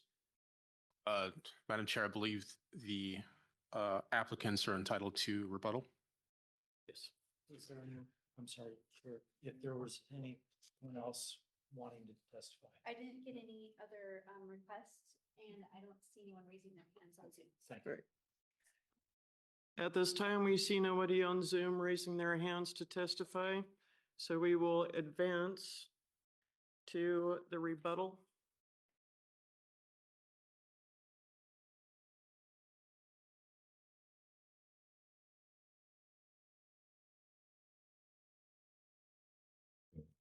Okay, so it's Dean Herford again, so I'll make a few. On the fire, because we spent a lot of time on this, and I agree the road's tight. So that's the exact reason why we went with the fire marshal and went through all the fire flow studies to make sure that this would work. These houses will be safer than any house on the street because the fire will be out before the fire truck gets there with the fire suppression system. So the fire is handled as far as these dwellings go. As far as all the opposition that I'm hearing tonight, I've received only one phone call in this whole time. And I probably said something as crude as let the cards fall where they may. And that's kind of where we're at tonight. Let the card fall where they may, you know? So I didn't intend to make that statement being rude. The fact of the matter is we made an application and God willing, it'll go forward. I went to the city of Fairview in about 1994, and I've gotten several awards in the city of Fairview by being a business owner and a contractor. And I do very little contracting for free enterprise. I do it all for my own stuff. I build my own car wash, build my own buildings, and I run those. I built some homes in Fairview, and I've gotten several awards from the city of Fairview on what I've done for the community. So I don't intend to do anything disrespectful to this community or anything else. And I urge anybody to call the city, whether it's citizens or the city staff. In my closing, I feel these people's pain. I feel the emotional plea. At the same point in time, we spent a lot of time, due diligence, money, satisfying the criteria. I hope that we don't keep changing the criteria. Yeah, we can go have me redesign it again. But I already redesigned one. I've already designed it to what fits the criteria that the city of Newburgh set for us. Thank you. I think you took most of the words out of my mouth. I did like a couple of statements that happened. Inconsistent housing, it's kind of a quirky neighborhood with several styles, and really that's where this fits in. If there's not a set standard and it's inconsistent housing and we're meeting the codes, it's applicable. Some of the nicest neighborhoods in the country are, townhomes, single family, apartment, a mix. That's the nature of this middle housing, and why the state has gone and pushed this through. For profit, yes, we're for profit, but the appellant that admitted that he sold houses on the neighborhood to others. So we're not asking for anything that they're not already benefiting, so it's okay, but not for us. I believe the original Jeremiah, correct me if I'm wrong, but the original appeal requested a 4-lot. We were should be reduced to 4, arbitrarily, under his standards. In here, he's now reduced it to 2. So, we're consistently moving and being reduced. Once again, going back to hope that, we follow the standards. That's what's to be considered here. And we feel that we have proven that. I'd like to add into, with new construction on that street is a myriad of homes. With new construction on that street, that could create a redevelopment of that street, that property values will go up. This will not decrease property values on that street, in my belief. Any Do you wanna questions? talk about, I guess in regards to the street maintenance, we had this sideline conversation, we'd be willing to go into, and that really, since you guys can't weigh in on this, but we'd be willing to discuss an HOA if the neighbors wanted to develop that. You have the same length of street, but you're gonna have 9 households that can contribute towards the cost, so prices could go down. Just as a reminder to everybody, the planning commission is not allowed to consider property values in any of their deliberations whatsoever, as nobody has a crystal ball and can determine what's going to go up or down. So. Thank you. Thank you, Mr. Herford Oh, and yeah. Jackson. Go ahead. Yeah. Couple questions out of, so I'm just paying curiosity. You'd mentioned the interest in supporting George Fox. Did that also mean an interest in maintaining ownership of the properties and renting them out? Or was the intent to sell the properties after they're developed? After you talked about the things you built for yourself, I just was curious. The George Fox conversation comes in basically because of my uncle. Okay, so I'm just kind of following true to what we've talked about over the years. I believe in buying and holding them, but some things have happened in my life recently that could possibly change, so. Yeah, absolutely. But back to the point, anything and everything done in the city of Fairview has been of the utmost quality on behalf of Dean Herford.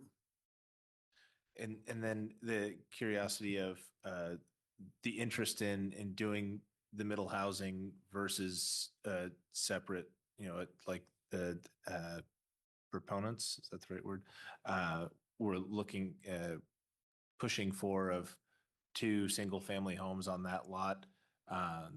Is there a benefit construction-wise for the middle housing in terms of it meets additional state regulations? I guess this question might not be directed towards you, but more towards our planning team about the benefit both to our community in terms of hitting certain numbers or whatnot for doing specifically middle level housing. Sure, Mansfield. So we do have a comprehensive plan that establishes metrics and targets for housing production or housing development. And it sort of breaks it down by different segments of the market or affordability levels. Generally, it's by housing type.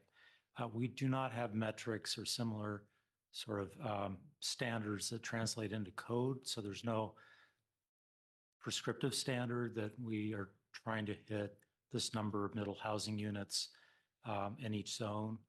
We may be moving in that direction, I think, at the state level, that when we update our comprehensive plan, the next time we go through that process and looking at the housing capacity and what our housing production strategies look like, we may be asked to have a more prescriptive approach, but we don't today. So really, it's the use is permitted in the zone. It's, the middle housing land divisions are also permitted outright and are subject to, objective standards that the city, must comply with the state requirements that provide for that. It's really market driven at this point. So we don't have, we're not intervening in the market in that way and requiring a certain type of housing in each location. Yeah.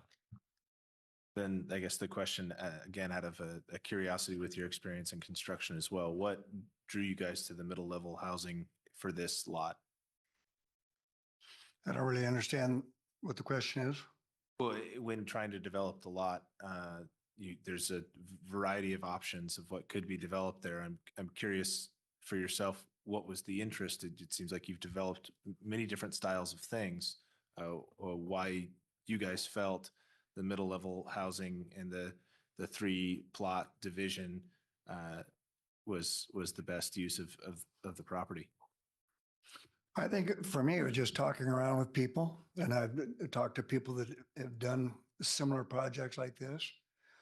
And so, as opposed to having two big houses on that street, to me, it seemed appropriate to have, whether or not George Fox people are there or professors, whoever it is there, but some type of affordable housing in the neighborhood, as opposed to putting a $700,000 house on the end of Orchard Drive. I'd prefer to put an affordable house on the end of a quality affordable house on that street that is legal and it's fit all the parameters of what were set before us. Thank you. Any other questions? Great. At this time, Thank you. thank you. At this time, I'd like to close this portion of the quasi judicial public hearing. Final comments from staff and recommendation.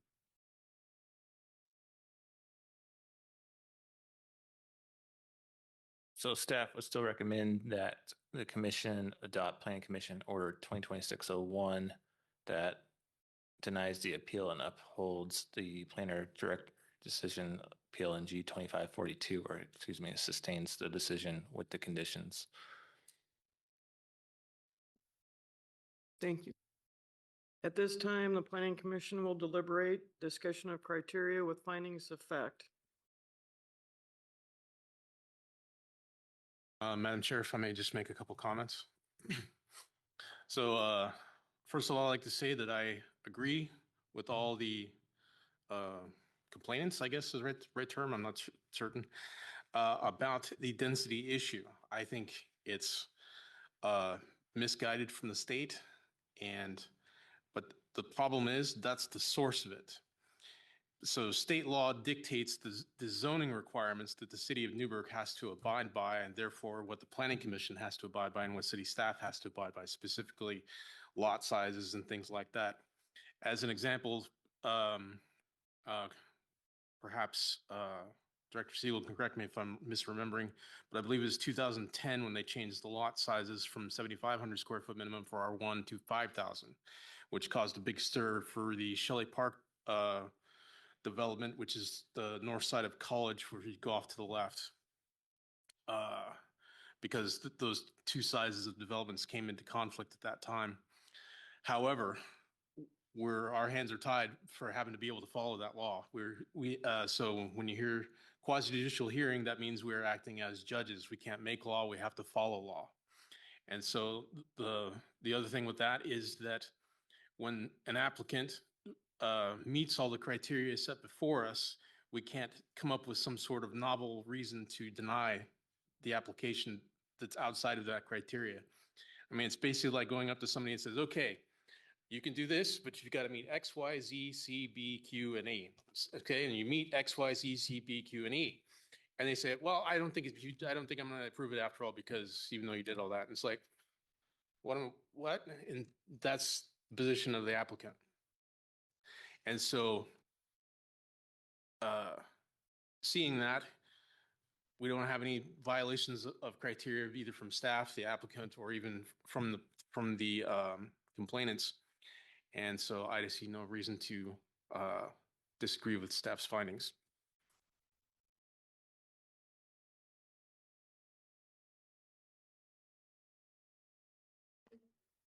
Are there any other comments from commissioners at this time?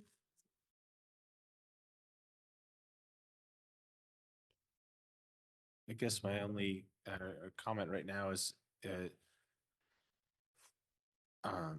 some of the real concerns that have been brought up, but are not relevant for this point of discussion. How do those concerns, like the design of, oh gosh, I'm sorry, I'm struggling with this, but As in the build plan that we saw covers 61% of the lot coverage versus our guidelines on 50%. So any of those concerns potentially with sightline of the street, those get addressed later on at the building permit phase. Is that correct, staff? Yes, and you referenced 60%. So the lot coverage in R1 for building coverage is 40%. It can go up to 50 if it's a one-story structure. That gets evaluated at the building permit. I do feel the testimonies have brought up safety issues concerning width of the road, fire hydrant. I unfortunately have had an incident with this at my father's house with the same kind of road where the fire department came down and addressed a heart attack victim. And they backed into my father's house as infrastructure, and it still is not repaired to this day, unfortunately. So I do feel there are also safety issues of walking. It was brought up that, you know, children, people that are walking on the sidewalk have safety issues here. And I do believe we have legal right to address some of those things from what I have looked into. Does anybody else feel that there are safety issues there that were raised? Commissioner, I don't believe we're allowed to make any rulings on that as it is a private street, and therefore not subject to the jurisdiction of the city when it comes to that sort of regulation. However, once again, I will be happy to be corrected. And that is why I read that stuff earlier that said that we do have the ability to apply that criteria to a private street, regardless if the city owns it or not. So at this time, I'm going to make a motion if nobody else is. And if we don't want it, we can make another one. Yeah, Commissioner Rickert, real quick. Sure. My understanding was when that was read, that has to do with a new private street, not an existing one. That was my understanding. Actually, it are regarding safety. Okay, are regarding.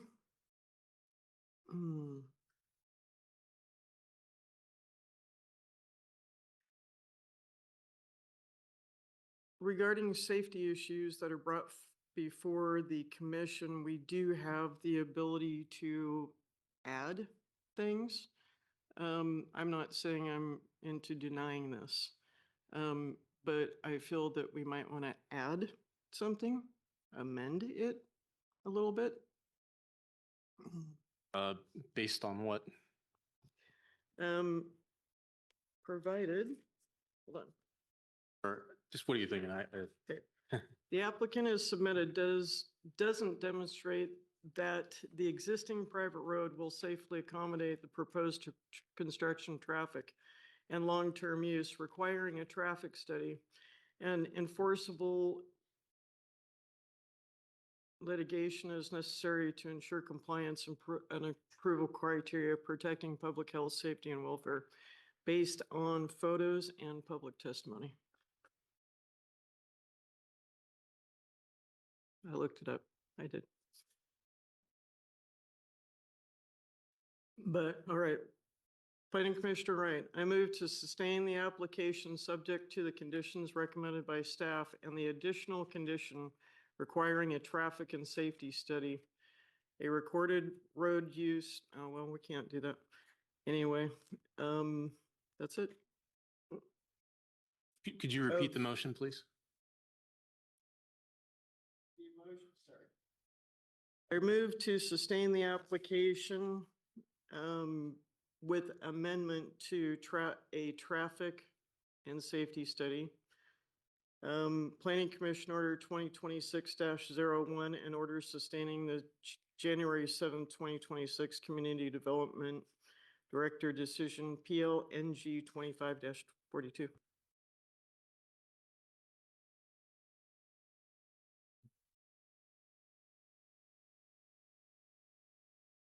or we can do another one. Can I get a point of clarification on this? The appeal ends today. Is that correct? So We got to decide right now. that's right. Okay. So we can't. All right. Thank you.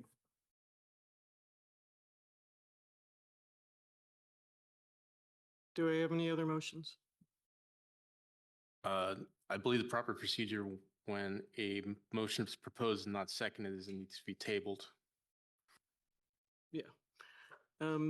Yeah, this motion, I will table. Are there any other motions? Madam Chair, I move to adopt Planning Commission Order 2026-01, denying the appeal and sustaining January 7th, 2026 Community Development Director on PLNG 25-42. Commissioner Rickert will second that motion. May we have a chair vote, please, Faye? Randy Rickert, Yes. Jason Dale, Yes. Matthew Mansfield, Yes. Chris Wright, Can you come back to me, please? Abby Seitz, Yes. Jose Villapando, Yes. Chris Wright, I do this with hesitation, yes, because I do feel the criteria has been met. Thank you.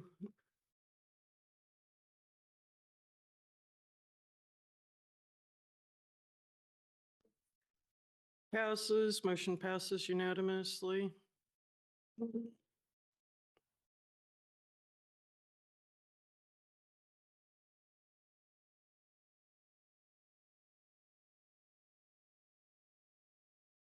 On to our next.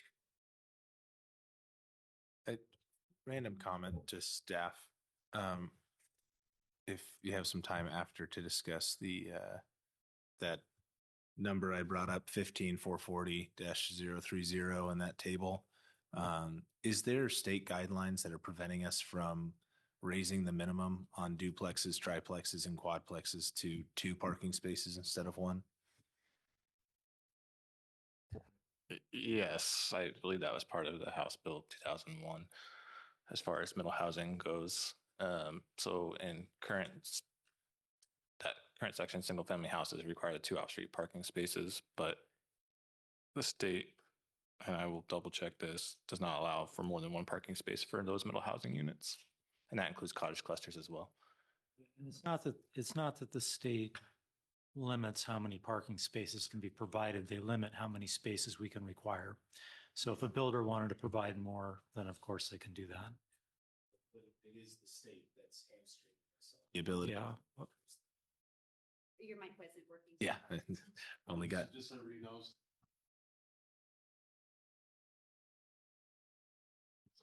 Yeah. Yeah, so it is the state that is preventing us from raising the minimum to 2 parking spaces for triplexes, duplexes, and quadplexes. So the state is, full speed ahead on density at almost any cost. So, and that's one of the outs they thought of for people to try to get around it, and you can't. And just by way of background, there's a short session, legislative session happening right now this month. And even within a 1-month limited session, there's a whole slew of land use bills. So there will be more. And I think it's timely if the commission would like, the chair would like, we can schedule a work session to review not only what was passed in 2025, but what's currently being considered. There's a lot. I think that would probably be a good idea.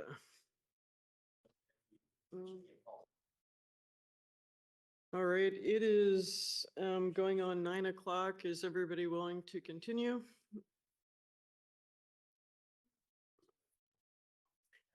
Planning Commission is taking a quick recess for 5 minutes. We will re-adjourn at 49 after.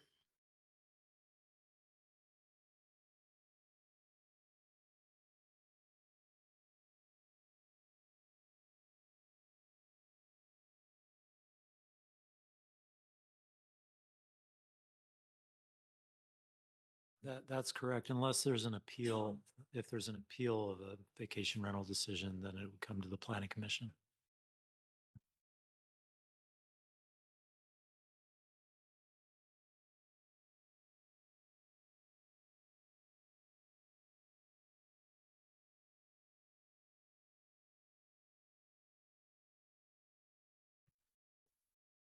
The Planning Commission is now convened at 48 after. We will be getting a presentation from staff on the continuation of the new city council board committee and commission guidelines. Well, it was actually not going to be a presentation. It was just a continuation of business to piggyback off of the presentation that was given in the last meeting and to continue review of the and discussion of the materials provided in the last meeting. All right, thank you, Faye. I think if I might, Faye, I think the key question for the commission was whether you wanted to carry forward any of the planning commission rules that were unique to the planning commission while we're also implementing the new council rules. And Faye, I think there were a couple of areas where the planning commission had different procedures that if you could maybe point those out and refresh our memory. You don't have to. You could just go with the. Well, we actually don't have to adopt this.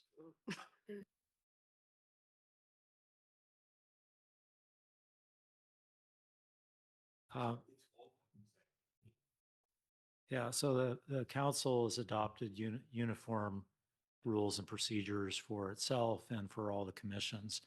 And there are some differences between those procedures and the planning commissions. And one example that I can think of is during public comment, I think, is it 20 minutes or I'm sorry, during an applicant's presentation to you, they have 20 minutes. And I think the council rules provide for less than that.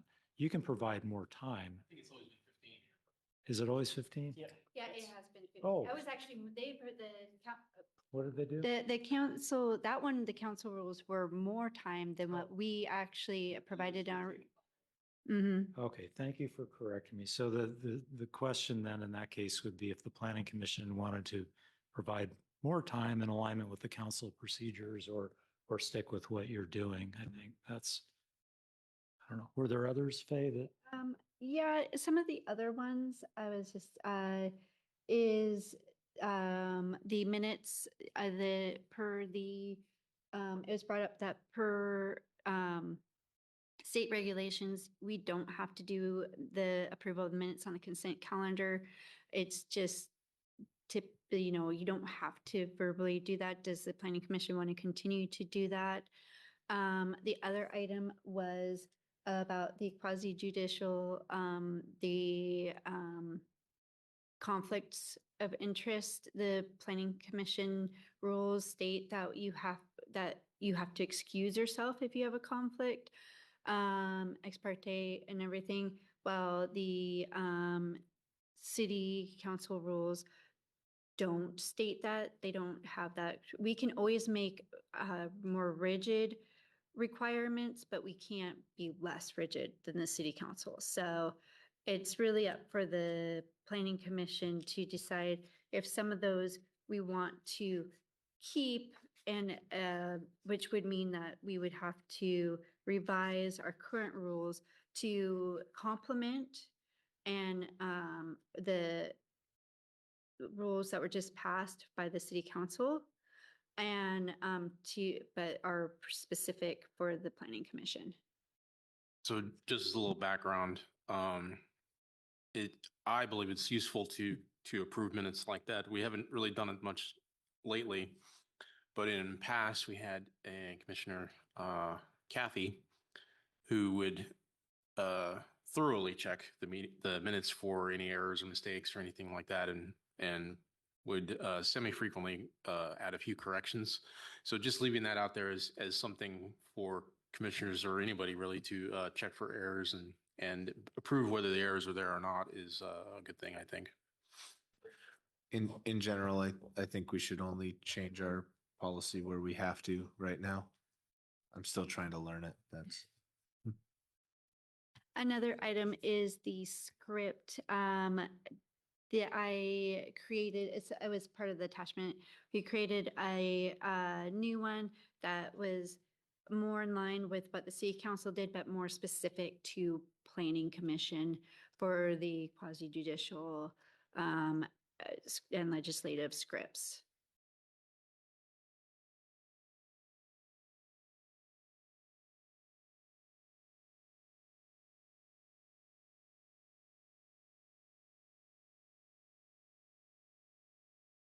Looks good.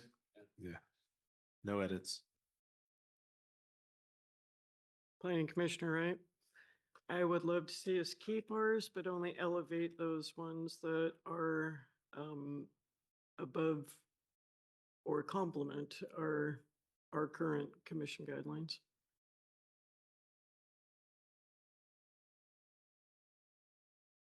So are we Are proposing? we voting on this evening? I think we would just want direction, and that could be in a, well, that should be a motion, and then staff would come back with a revised set of rules and procedures for you to adopt.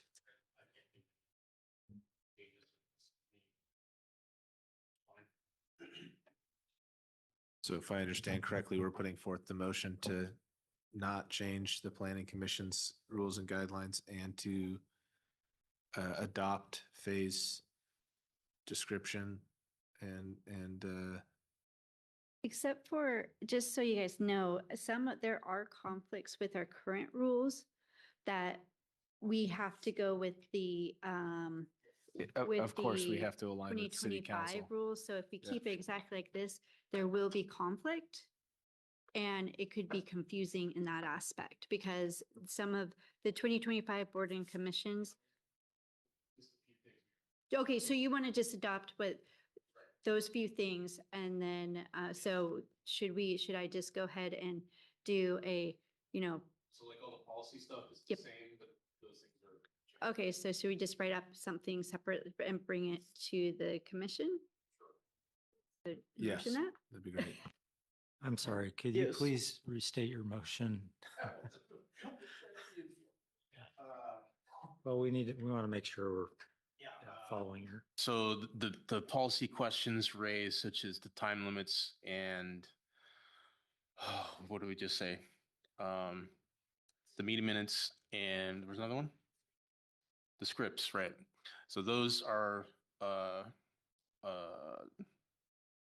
basically the same, and any of the conflicts, what are the conflicts?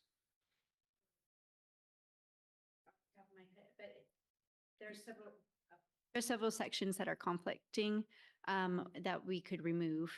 And we'll Right, bring back yeah. we'll bring back a revised draft. Yeah, so yeah, you can okay. see the differences. Yeah, so remove the conflicting stuff and policy essentially status quo. So.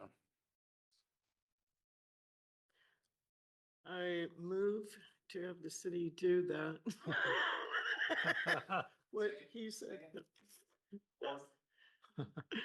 At this time, thank you. You gonna vote on that motion? All those in favor say aye. Aye. Any opposed? Motion passes. Thank you, staff. Thank you. And is there any, at this time, we'll go through any additional future meetings items?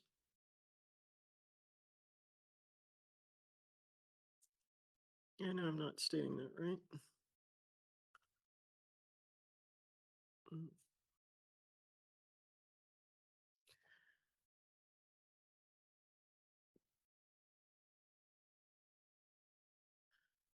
on, oh my gosh.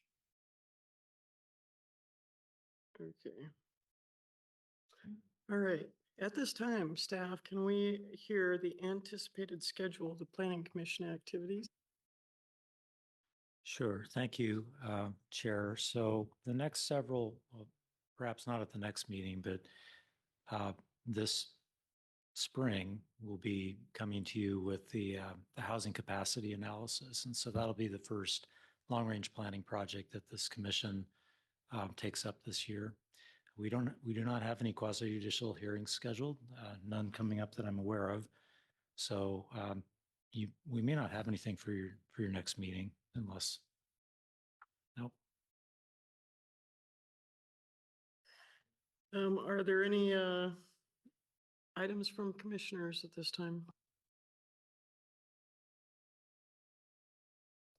I would like to mention that it is that time again that you would need to do your SEI filing.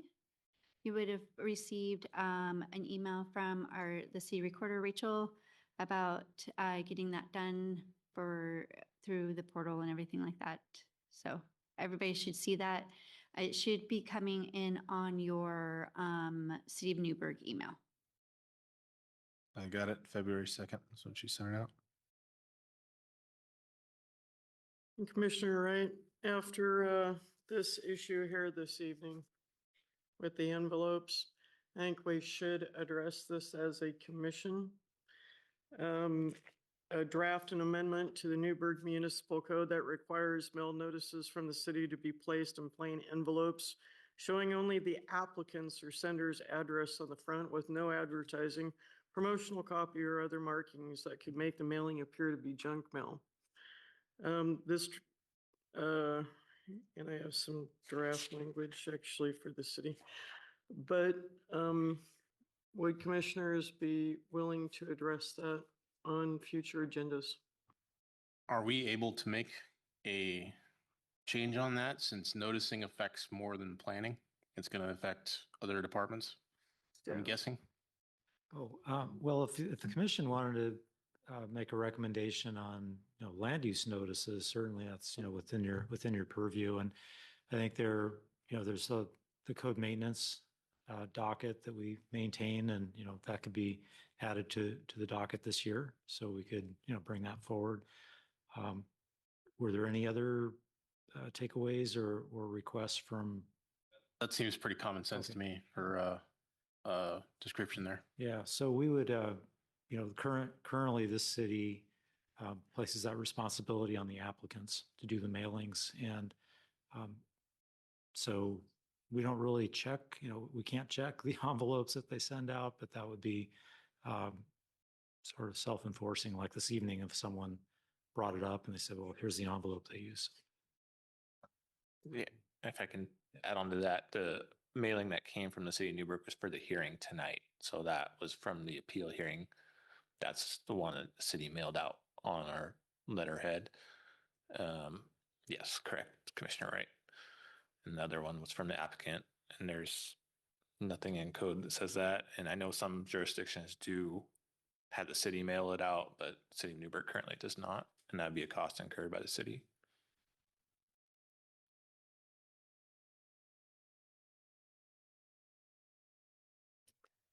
Excellent. Thank you. At this time, I adjourn the February 12th, 2026 Planning Commission meeting. Thank you.